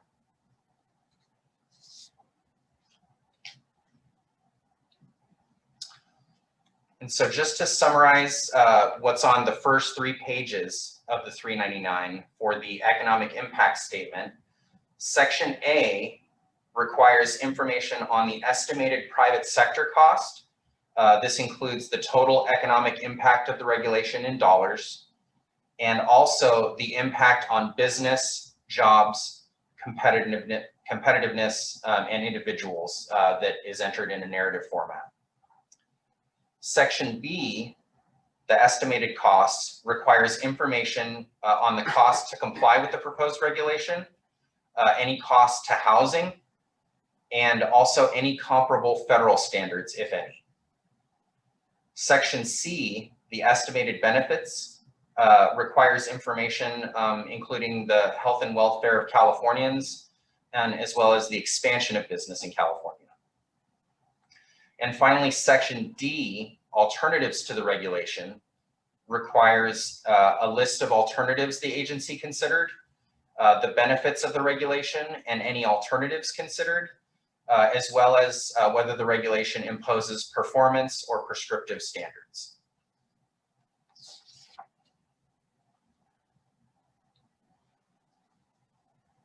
Okay, so page 3 of the 399 also has Section E for major regulations.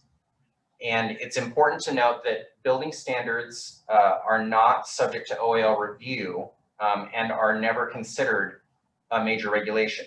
The definition of a major regulation begins with regulations subject to OAL review. When you're looking at section E, because a building standard is never considered a major regulation, you don't really need to complete this section. What we've seen, some agencies will just leave it blank. Others will just check on number 4, they'll just check no, it does not have an economic impact of $50 million or more.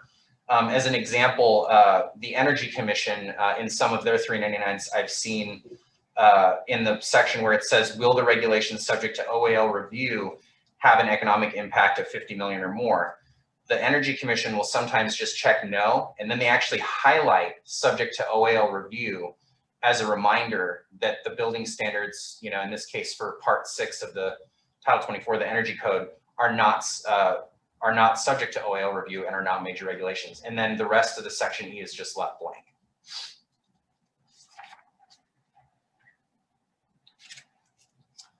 Okay, moving on, now we're on to the fiscal impact statement, the second part of the 399 on pages 4 and 5.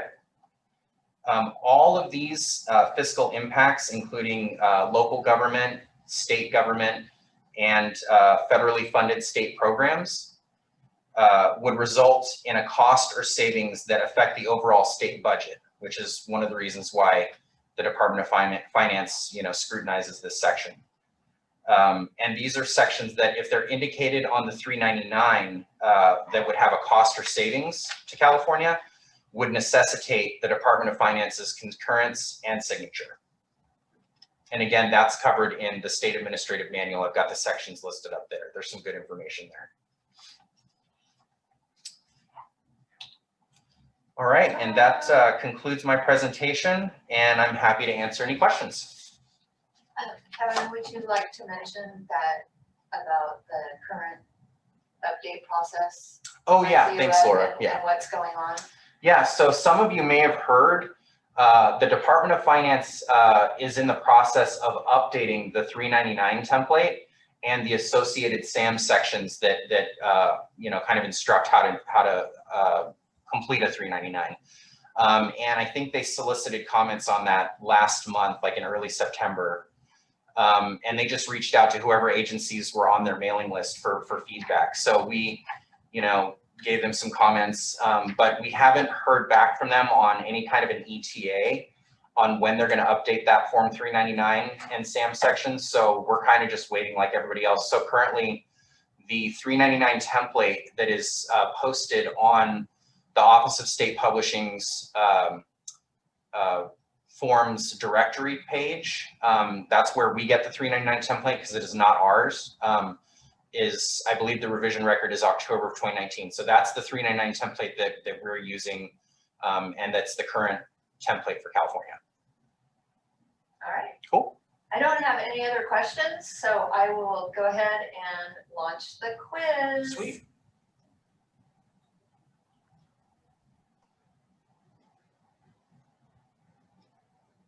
Let's see.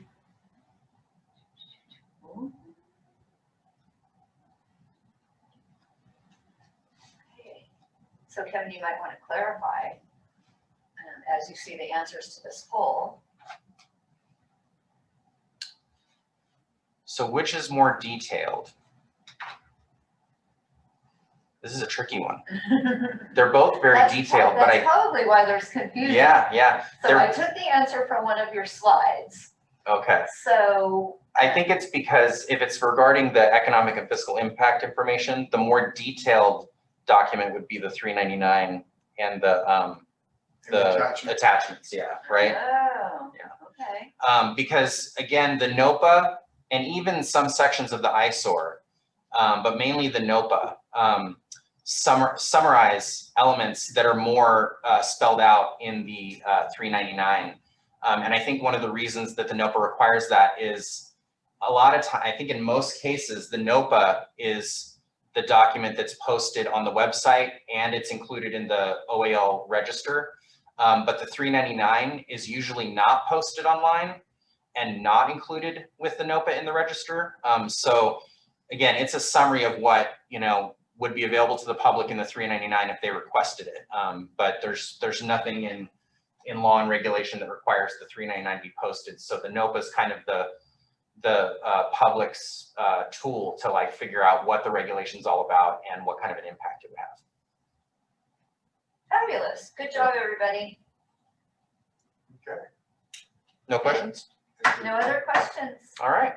Well, thanks everybody. I think you have to close that. You have Oh, X yeah. out. You get to X out of yours, Kevin.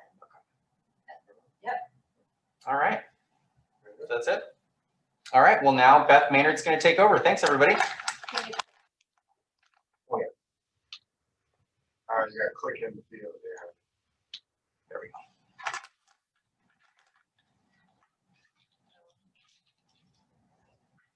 All right, here we go, Beth.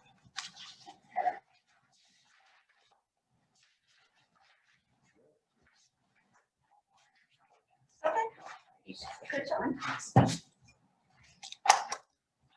Good morning, everybody.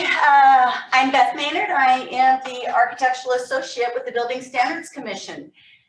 Thank you, Mike. Thank you, Kevin, and thank you, Timothy. They did an amazing job today. I'm going to cover the document accessibility compliance portion of this. If you have any questions, please put them in the chat. Or when we get to the question and answer period at the end of my presentation, we can unmute you so you can ask your questions.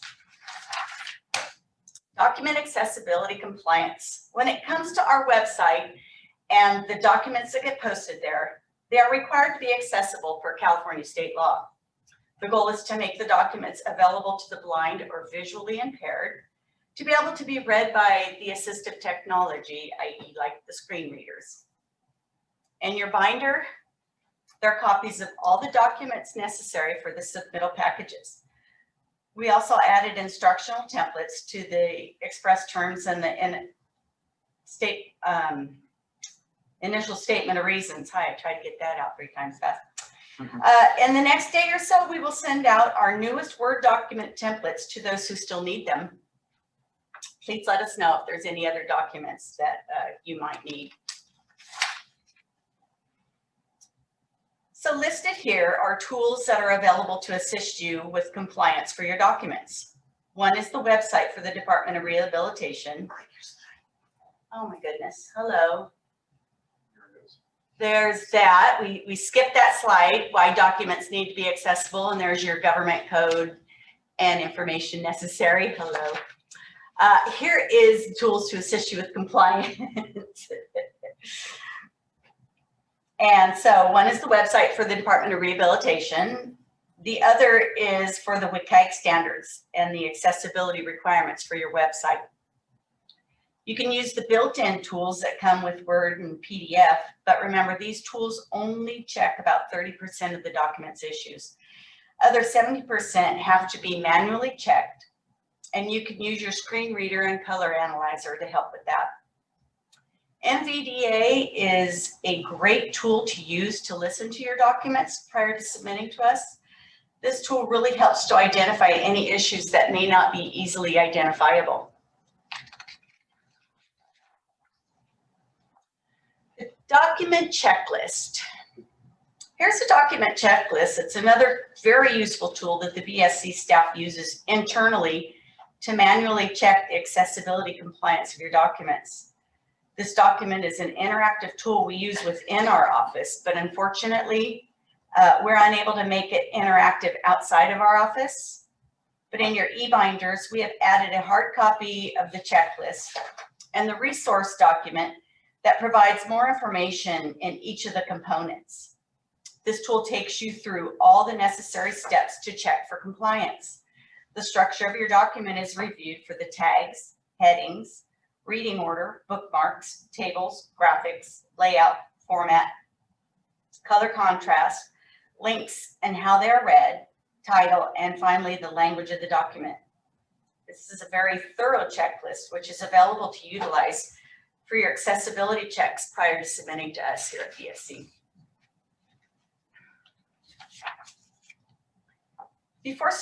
before starting a new submittal package, check each of your documents to ensure that you are working with the most current template that BSC has available.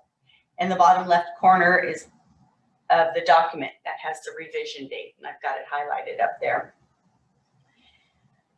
You can always check with us to make sure you have the most current and correct templates. Please note, we will return the rulemaking packages or documents that aren't on the most current templates.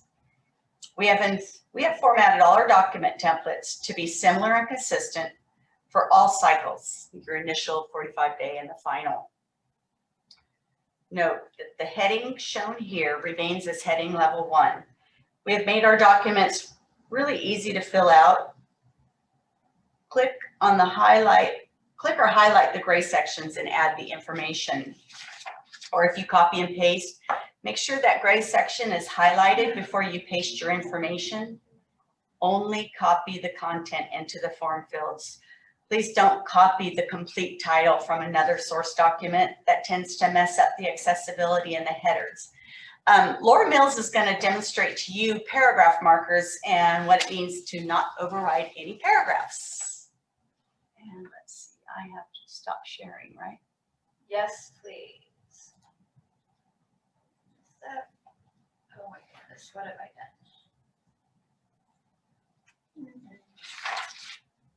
I will be right there with you, everybody. There's that. Alrighty then.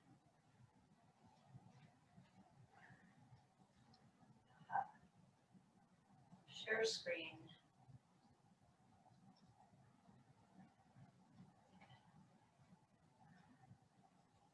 I was gonna try to turn off my Teams because a bazillion people are having a conversation right now.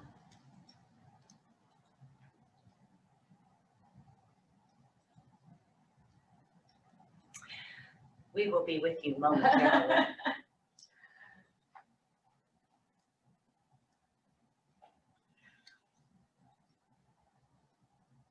Oh my goodness. And so what she's going to show you today is the great example, and here she goes. Here we go.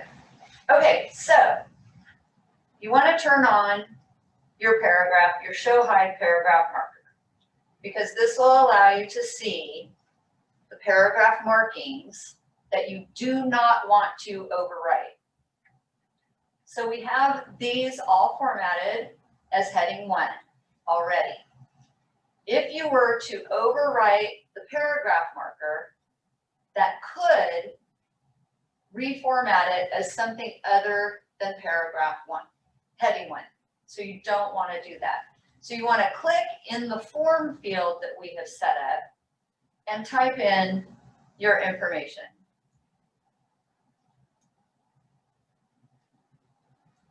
And of course, you would spell everything out and put your rulemaking file here. So notice as I did that, it didn't copy over, again, the paragraph mark. As you come down here, you'll see that this is also formatted as heading 1. We have what's called a soft return here. Hopefully you all can see that. This keeps these 2 lines grouped together as a heading 1. Then when you go to insert your express terms language, you can grab text from another document,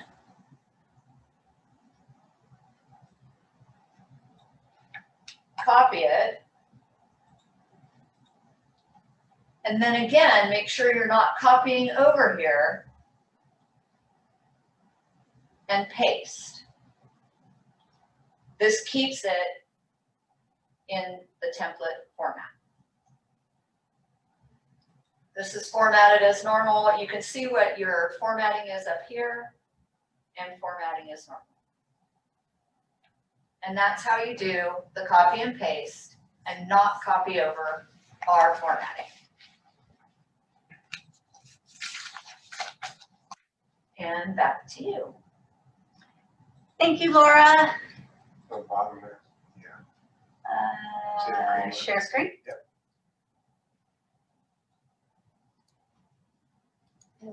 There you go.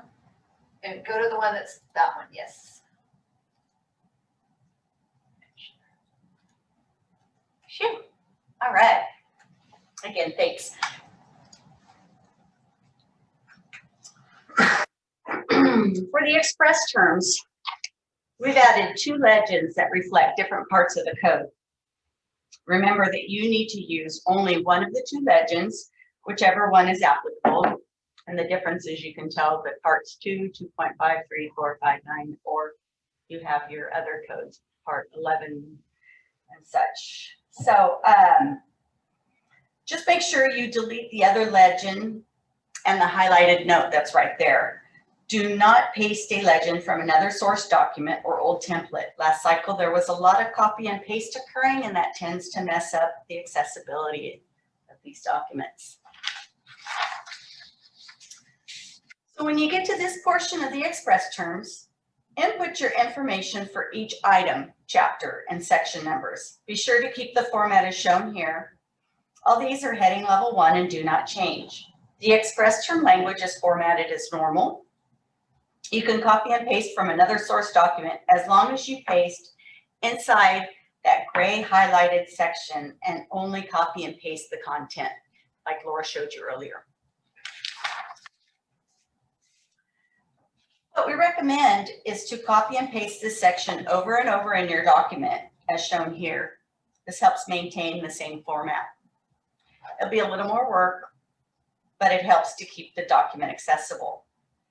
You'll need to type in, again, each item, chapter, title, and section numbers in the grayed out portions. And for the express terms language, you can copy and paste this portion from another source document. Just make sure you click on the gray insert express terms language and paste within, as Laura pointed out earlier. Remember, when you select paste, be sure you select merge the formatting. That way it brings the text over and keeps the document you're working on in the original template's source format.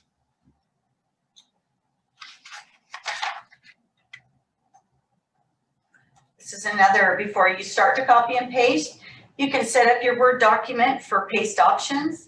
In the upper left-hand corner, click on the arrow below the paste button, click on Set Default Paste, scroll down and set your paste options as shown above. This helps keep your document in the same format as when it was created.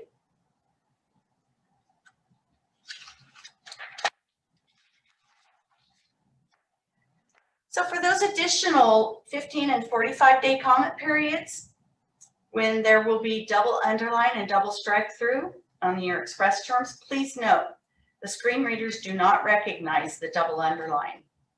Therefore, you will need to type inside the brackets, begin double underline, and at the end of the double underline word or sentence, end double underlines as shown here.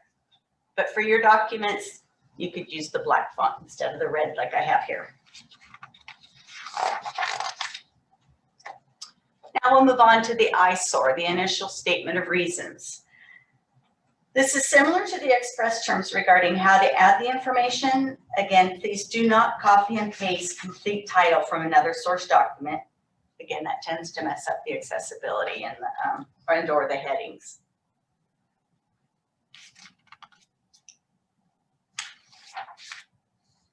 We recommend to keep item, chapter, and section as heading level 2, and CAC recommendation and agency responses as heading level 3.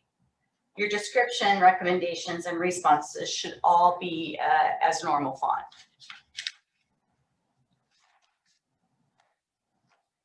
Again, you can copy and paste this portion over and over in your document. Again, this helps to maintain the source formatting. Then go back and add in your item number, your chapter, and your section information. For the rationale, you can copy and paste from another source document.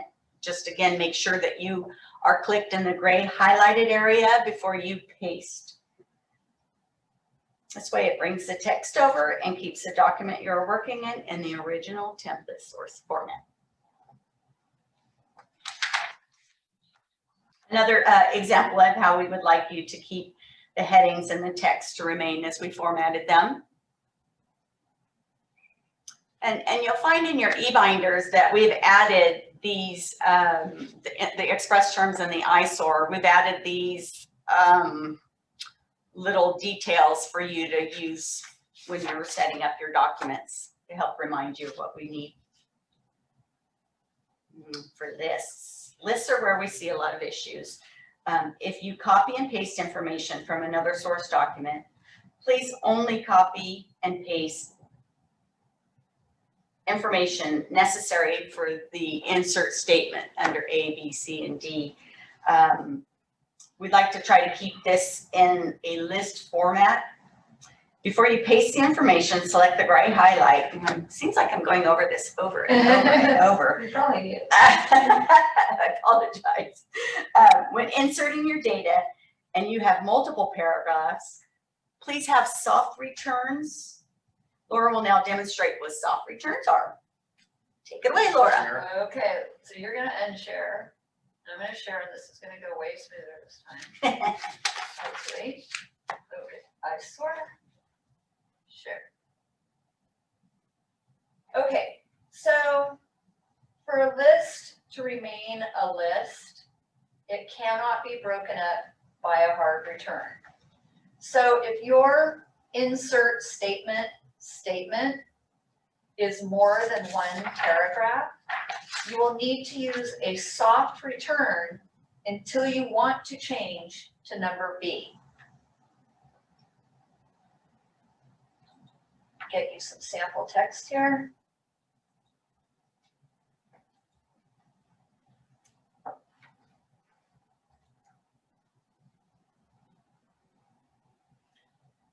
So you'll see for A, I'm just going to take one paragraph. And some people noticed last time that I had a heading come over. And that was because I didn't do the merge formatting that Beth recommended. So I just did a straight paste or used a destination or keep source formatting. So what we want to do is merge the formatting so that it matches. Is that what you recommend there, Beth? Or the other one on the end also, keep text only is another one that works. So I just copied and pasted. I didn't go over the paragraph mark.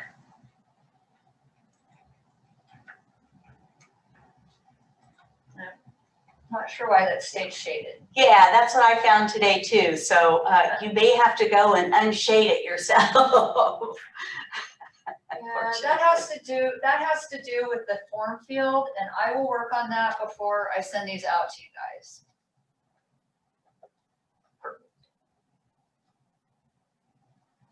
Because for some reason my no color, so if you look on the fill or the shading, you'll see my no color actually is a color.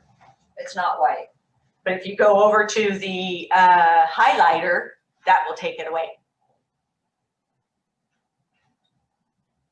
This one. Yeah. See, I also have no color. I have color for no color. Oh. Yeah. It So took let it me- away from me today, so. Yeah, so let me work on that for you guys. We won't send it out to you with this because we don't want to cause you any problems. So then I go back to my document for my text, and you'll notice that C has more than one paragraph. And so I want to make sure that I use a soft return. And a soft return is a shift enter. So instead of just enter, pardon me, shift enter. So this is a regular enter, and this is a shift enter. And that is your soft return. And you guys are not seeing that. It's not showing I'm it. sharing my screen. Okay. Oh, I know. Unshare and reshare, or? No, because it's a different document. I'll show it to you. I'll show it to you in the eyesore. So again, I click here. I right click to paste, merge formatting. All right, and here's your soft returns. So if you need a space within your list before you get to item D, you want to use the soft return until you get to the hard return. to go to the next item. This keeps the list together. This is all C. If you use a hard return, it takes the screen reader out of the list. Does anybody have any questions about that?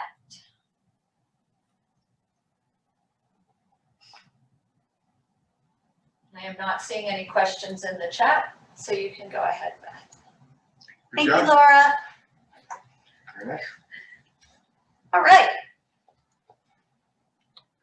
So what we found, here are some of the common accessibility issues BSC encountered with the submittals last year. So Word document headings were not in a logical order. PDF document headings were not properly nested or tagged. Lists and words were not lists. Within PDF, the list did have nested L tags or were broken up with P tags. Links. We had several documents with links in them that were non-compliant. Titles. Always check to make sure that you have entered the title of the document in the appropriate location. And I'll go over some of these items in a little bit. Symbols. Screen readers cannot read symbols, so you need to write them out. Underline. Please do not underline for emphasis. They should only be used for links and changes in the express term language. In the next few slides, I'll go over how to check tags, lists, links, and titles. The checklist I mentioned earlier, that's in your eBinder, also goes over a lot of these items for you and explains it in the component section behind it. So tags, issues with tags. You should all know how to locate the tags in your PDF document. Please let me know if you're unable to locate where tags are, and I can walk you through this. Tags are only in PDF documents. Basic tags are P for paragraph, H for headings, and L for lists. Go through your document and review the tags that matches the content in your paper. Screen readers have keyboard shortcuts that allow the users to navigate using H or L on their keyboards, for their shortcuts. Tags can be changed and moved around if necessary. They can also be hidden so that they are not read by the screen readers. This is useful for graphics that are added for a sighted reader but meaningless to a non-sighted reader. So in the Department of Rehabilitation, their training, they can teach you this in their PDF document training. If you haven't gone through that, it's excellent training. So lists, issues with lists. And you can see I've pasted up here when you are working in lists, you want to make sure that the items are highlighted when you're working in lists. So these were common issues among all agencies. When working with lists with multiple paragraphs, pay attention, like Laura just showed you, when you hit enter return, you want to make sure that you're doing the soft returns, which is holding down the shift button when you hit enter, then that makes for a soft return. If you need a gap, you can also use 2 soft returns or the paragraph spacing function. Again, the Department of Rehabilitation accessible Word document training is very valuable with this in this respect, as it teaches you the way to avoid the accessibility pitfalls. You can always confirm, like I showed you earlier, that you're working in lists. If you, you should see the list function and or the paragraph highlighted as shown above. 2 of the most common types of lists in words are the numbered list and the bulleted list. You can format both numbered and bulleted lists very easily in Word. The only times to avoid using the list formatting is when there's only one item or there are 2 or more styles on the list numbers, such as the strikeout and underline. And that's what we found out that while we were working with lists this last year, is that if you have, you're adding, say for instance, 2 different types of exception, a new exception, and you're striking out an old exception, those don't work in the list function very well. So you have to pretty much take it out of the list function. So let's see. Next slide. Okay, links. Let's talk about links. Links need to have meaningful text. HTTPS www is not necessary for opening a document in a browser. The computer fills that in automatically. It's most important for linked text to make sense without the surrounding sentence or the content. The linked text alone should convey the function and the purpose of the link. Linked text should also be unique and easy to speak out loud. Avoid linked text like click here, more, and read more. These kind of links can be confusing when the screen reader reads them out of context. So in the PDF document, the link function is accessible. When you hover over it, you should see a little hand that comes up with a W on it.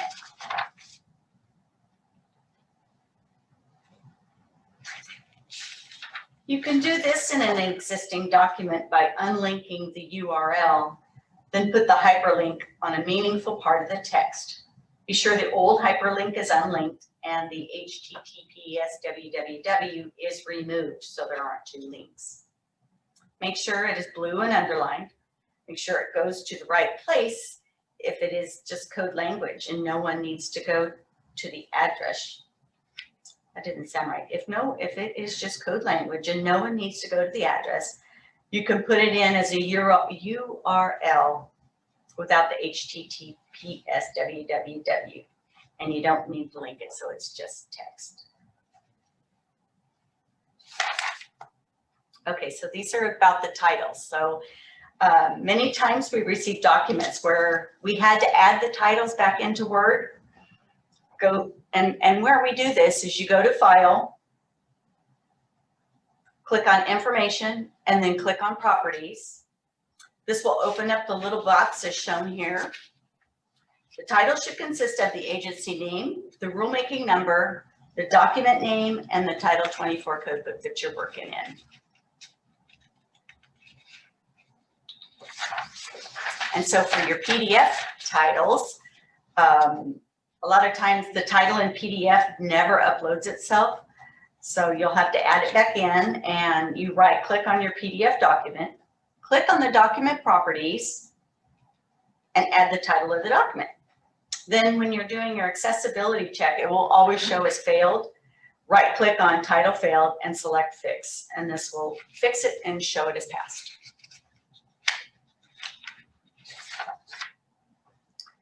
So create a PDF from Word. There may be more than one way to create a PDF from your Word document, but we have found this to be the best way. Click on the upper left corner of the page. Click on File, Save as PDF. Here at BSC, we have noticed that this way tends to carry the headers over the best.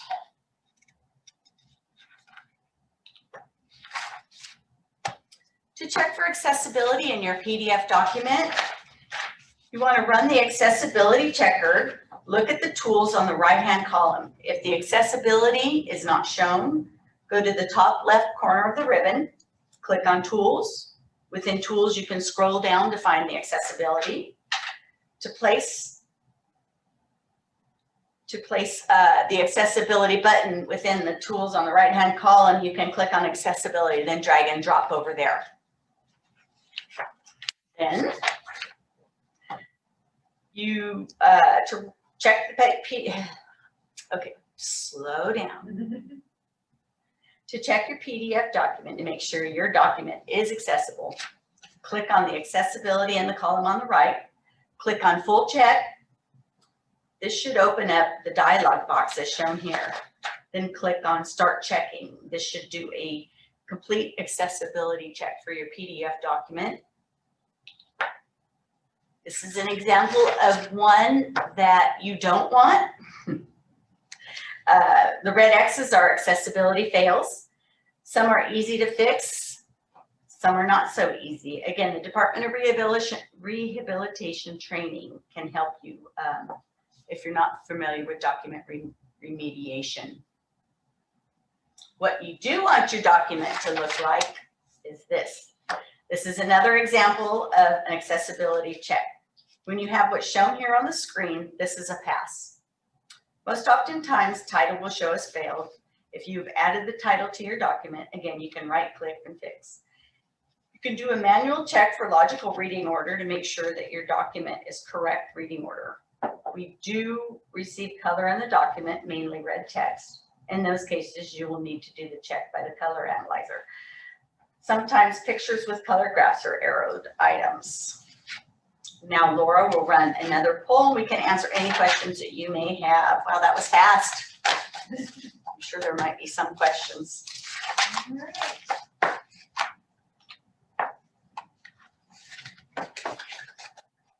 Okay, I have a Oh, question. I don't have to stop and share.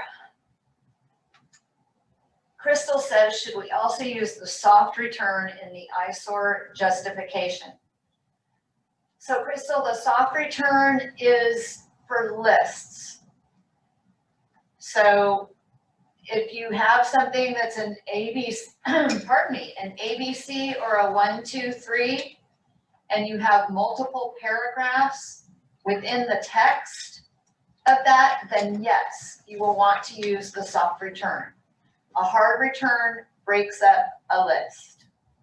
So what happens in a screen reader is it takes you in and out of the list. Does that make sense? You can unmute yourself if you want to chat. Hi, yeah, because earlier I thought I heard you say when we were in the ABC portion of the eyesore to use the soft return between paragraphs. Within the A item or the B item or the C item. But when you want to change to the next list item, then you would enter a hard return. Would you like me to pull up the picture of that again? No, I was just, because in the eyesore, each justification is itemized to correlate with the expressed terms. So if we have multiple paragraphs for a justification within one item, a hard return is completely fine in that scenario? Or did you want the soft return within that item? If your item numbers are headings and not a list item. So headings are different than lists. But that's Right. what I do, Crystal. I use soft returns throughout the whole list just to keep it all in a list format. Right. Beth, I mean, you know what she's talking about. Yeah, I just use soft returns because when when I use those hard returns and then I go and I listen to the screen reader, it will say list with one item and there's actually 4, or it'll say list with, when it gets broken up. So I always use soft returns within lists. But So- in the eyesore, that's not a list. It's actually just paragraphs. For the one document that is with that ABCD, No, Well, I'm we're not talking. talking about a list. If in the eyesore we have 5 paragraphs giving the justification, it wouldn't matter if we did a soft return or a hard return in there, correct? if you're not within a list, yeah. Yeah, it's not a list. Okay. Thanks. Okay, Richard has a question Richard from Oshpod. Do all documents need to be made accessible or just the ones that will be posted? And it is just the ones that will be posted. And you can check on our rulemaking page though, because we have different documents posted at different parts of the cycle. But all of the initial submittals, except for the 399. And then later on, we have the CAM, but we take care of that. So I can put the list of what needs to be accessible into the email when I send you the templates. But basically it's all of them. Your ETs are in Word because they have to be in Word for the underline and strikeout to be read. Everything else is translated to PDF. And we will clarify that in our email. And Laura, I wonder if it wouldn't be a good idea to, you know, our triage checklist and our NOPA checklist that we use, a notice checklist where everybody submits, and we kind of let everybody know that, well, we use this checklist to check your package. So if you want to look at it to make sure you're covering everything on that checklist, we could, with some way, either highlighting or with indicators, footnotes, whatever, the items that would need to be accessible in the packages they submit. That way, when we look at it too, as staff, we could identify those items that are absolutely have to be accessible and those that aren't needed for accessibility. Just a thought. Yep. And then when we can send that out too, if people want it. Okay, Richard says that would be good, so we will take care of that. Let me see, next question.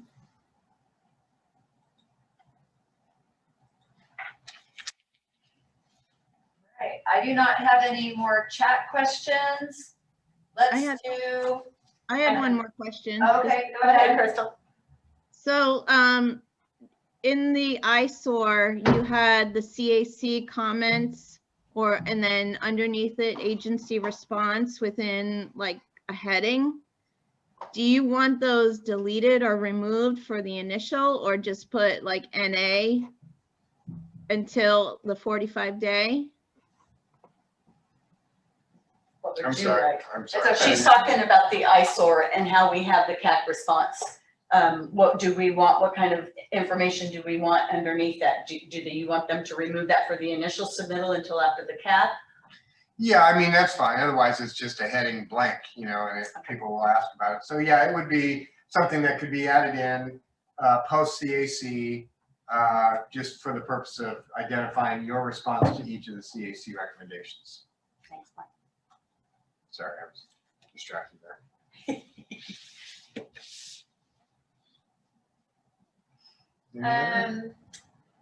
There's a question about the information for Department of Rehabilitation training.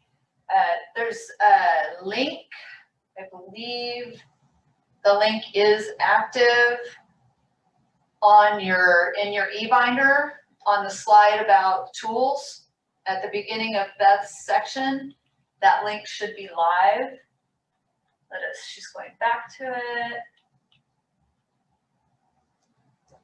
There you go.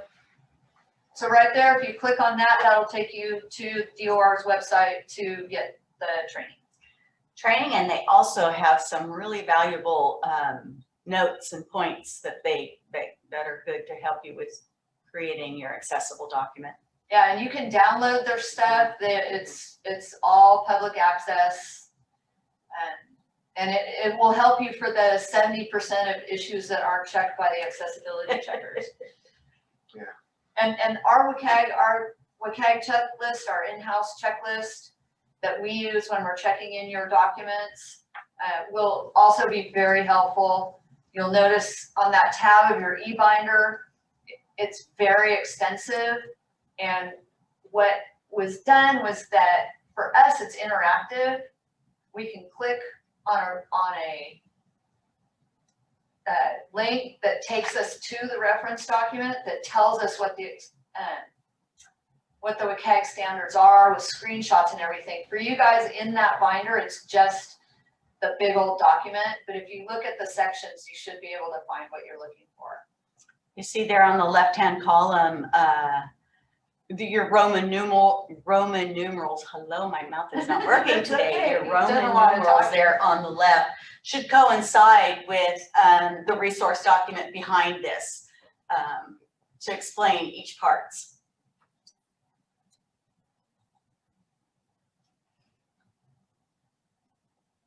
All right.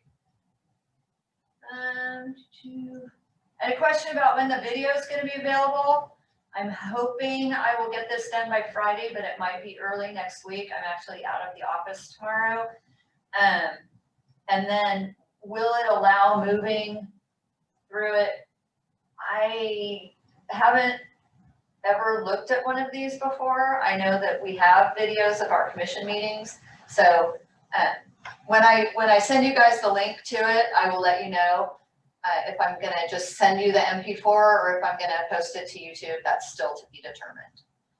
But we'll keep you posted. I hope it will become a valuable resource for you. And then I wanted to give you guys the quiz for Beth's section. So we have to do that. There you go. Screen share. All right. No, I think she Oh, just does it without it. Yep. So here's the quiz. And then after this, we'll be able to say our goodbyes and ask final questions.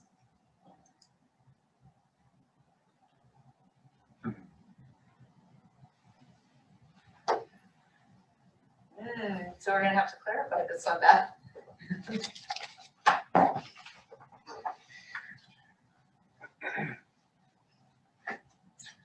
Okay. Can I end polling? I'll take care of that. You can just talk over it. I was gonna go to the, Oh, you wanna go on the slide? Okay, I'll do that. And then you have to X out though. On the very, yeah. okay, and the winner is double underline. End double underline, begin double underline, It's weird that it reads the double strikeout, right? but not the double underline. Yeah. Isn't that odd? Yeah, It's a weird. very odd. Maybe that'll be the next update. Now, does anybody have any more questions? We're here. We've ended early. We are happy to help.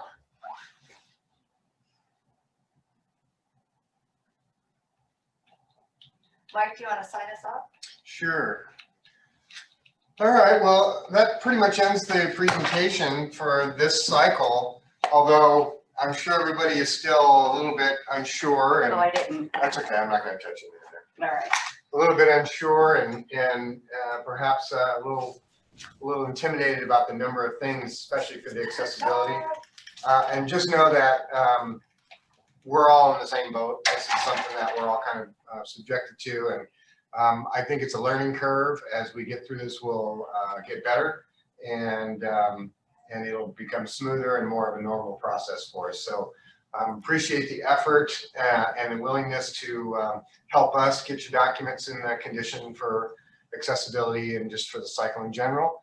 And like Beth and others have mentioned, we're here to assist you. That our job is to make it as easy as possible for you guys to get through it and meet all the requirements, which sometimes is challenging. So that's why we're here, and we'll do what we can. We have one more question. Oh, okay, go for it. Diane, you can unmute and ask your question if you'd like.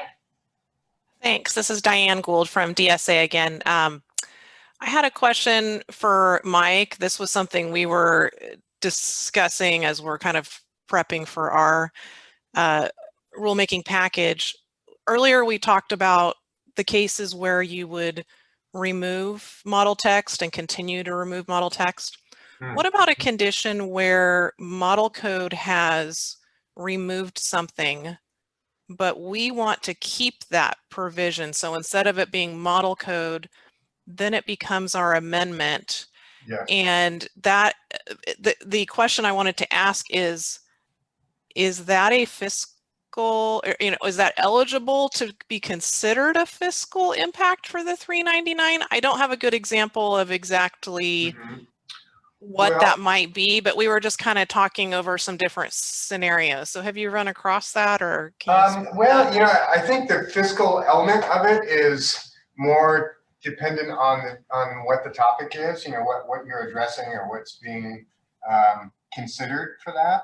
So, because the fiscal, and it just seems like that fiscal statement or impact, it may or may not be applicable, I guess is what I'm getting at. So in other words, if you're going to amend a model code, regardless of whether it was because the model removed language you wanted, or it was just void of language that you thought you needed, so you wanted to add some, anything you guys add has the potential for fiscal impact. So it may be a minor element that wouldn't, and you'd have to make that call based on what it is, but it sounds like what I'm hearing is these are more important, more significant elements that would potentially have impact. And therefore, I would say you'd probably want to consider that.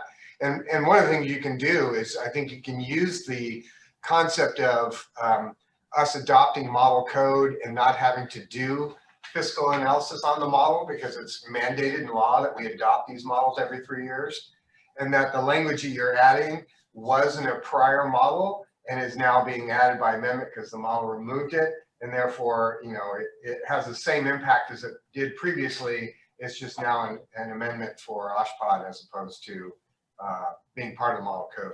So, you know, you kind of lean on that a little bit. Now, if you change the language that you want in there based on what the model previously said, I'm not sure you could use that argument. But if it's a duplication and you went, oh, shoot, they removed that paragraph we wanted, we're going to put it back exactly the same, then you could argue, I think, that this is kind of part of what we considered model language and we're adding it because the model removed it, and then, you know, may not have the same fiscal impact that it did, or it have the same fiscal impact, but because it's model, it may not be required that you do as much analysis on it, if that makes sense. Yeah, Would argue that no- does make sense. And that's that was kind of our thought process as well. Mhm. I'm sorry, I kind of spoke over someone who was talking. That's okay. Somebody else? Yeah, Diane, this is Greg Anderson. I would say there's no change in the regulations, so there's no impact. You may mention that there's an opportunity cost change, but there is actually no impact by definition. Yeah, good Right, point. because it's maintaining what was there before, as long Yeah, as we and don't I would change use it, that like argument. Mike said. Yeah. Yeah, I'd use that argument, and then if somebody's not happy with it, you can do a more in-depth, you know, description of why it doesn't have impact. But that's where I would start. This is Crystal. May I comment on that? The thing is, when the model code does have deletions, it's usually through, you know, the whole process similar to our process, and there will be a justification why it was deleted on the national level. Good point. So I kind of think that, you know, yes, you'd be maintaining model code, but it was from a previous edition.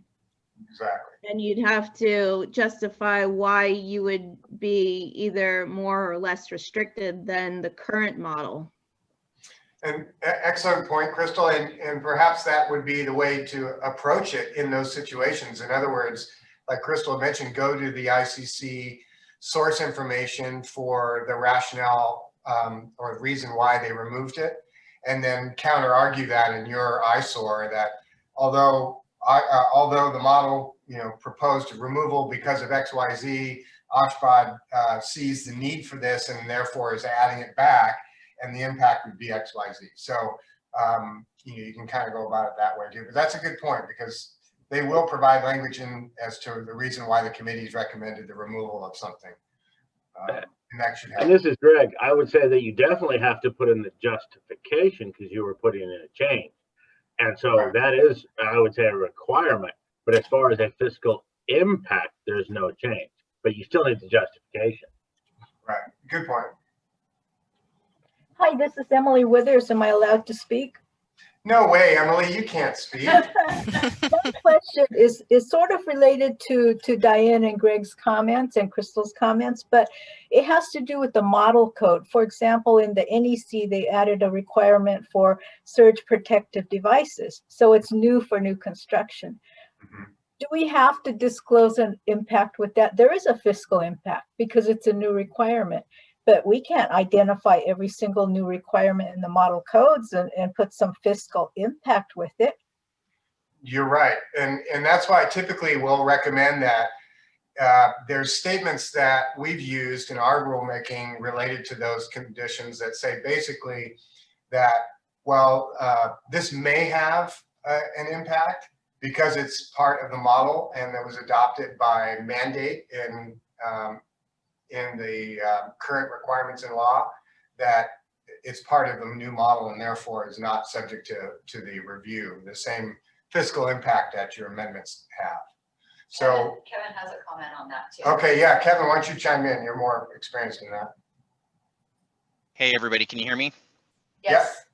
So yeah, that's a good point, Emily. So, you know, like Mike said, you know, historically and you know, pretty much like the current way we do it is we adopt the new model by reference every 3 years, and then our amendments to those model codes are what are subject to the APA. Those are the regulations. Those are subject to the APA and the 399 requirements. So if there's something new added to the model, we're not required to, it doesn't trigger the 399 requirements because we're just adopting that by reference. So if you're amending it, that's a different story. That Good would point. Good require, clarification. yeah, but just model code, I mean, yeah, we couldn't, there'd be no way to analyze the model code. There is one exception to that, a fairly recent addition to the APA where if a savvy stakeholder requests, the Building Standards Commission or another state agency to do a fiscal or economic analysis of a new model code section, I think it's 30 or 45 days before the NOPA is issued. So kind of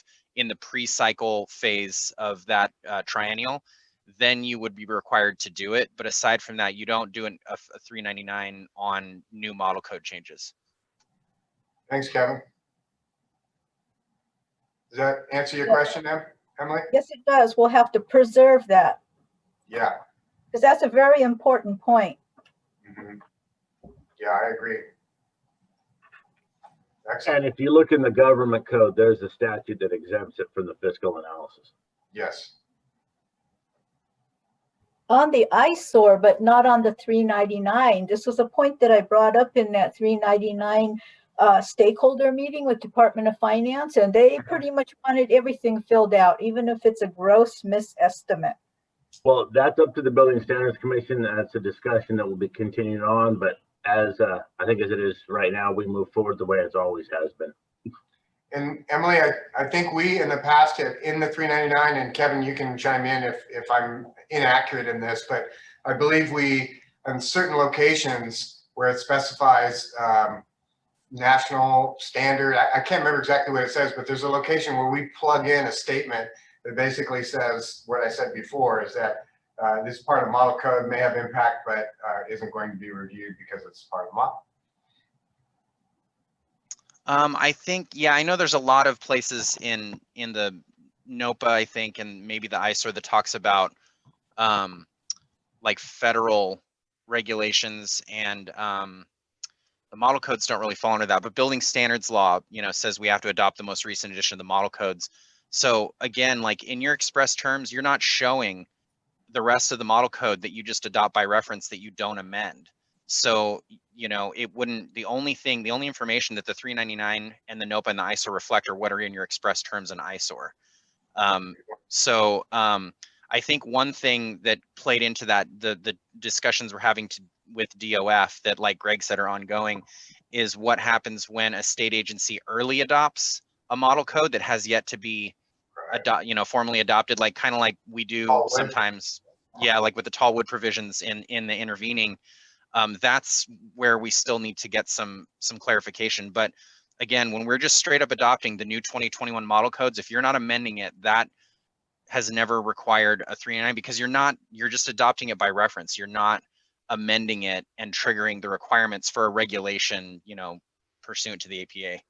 And keep in mind too that the way this is set up, the analysis of that model code is done on a national level. And within our 9 criteria, I believe it's number 7, there's an A and B statement. They talk about when there are national standards that do the same thing that state created standards would do, and I'm paraphrasing, then you should go with the national standard over the state language. And that's because of the way that national standards are vetted, reviewed, approved, determined, however you want to say it, but they have a much more thorough and wide sweeping process that makes them more desirable for the state. And so it's even in our law that when you have a national standard, you should go with that as opposed to your own regulation. So we point to that because that's, like Kevin said, that's the bulk of what is part of the rulemaking. Doesn't ever really become part of your rulemaking document other than by reference. So unless somebody requests a specific analysis on a particular item within the time frame that's allowed in the regulation, then we wouldn't have to do an analysis on that. Thank you. Okay. Good questions. Thanks, Cap. Anything else? I do not have anything else in chat. Okay. Well, we kind of missed our timing a little bit. We're about an hour early, huh? Yeah. But that's okay. I think we got most of the information that we wanted out, and it sounds like people had the opportunity to ask questions. That doesn't end here, so if you have additional questions, feel free to send them over to us or give us a call, and we can arrange to discuss it on the phone or in person or whatever. And then additionally, heads up, because some of the staff is preparing their documentation for some workshops that may be coming up in the next few weeks. And we're going to be looking to coordinate with a couple of you agencies for the provisions we'll be proposing. So heads up on that, and we can have lots of opportunity to discuss this further. Okay, All right. very good.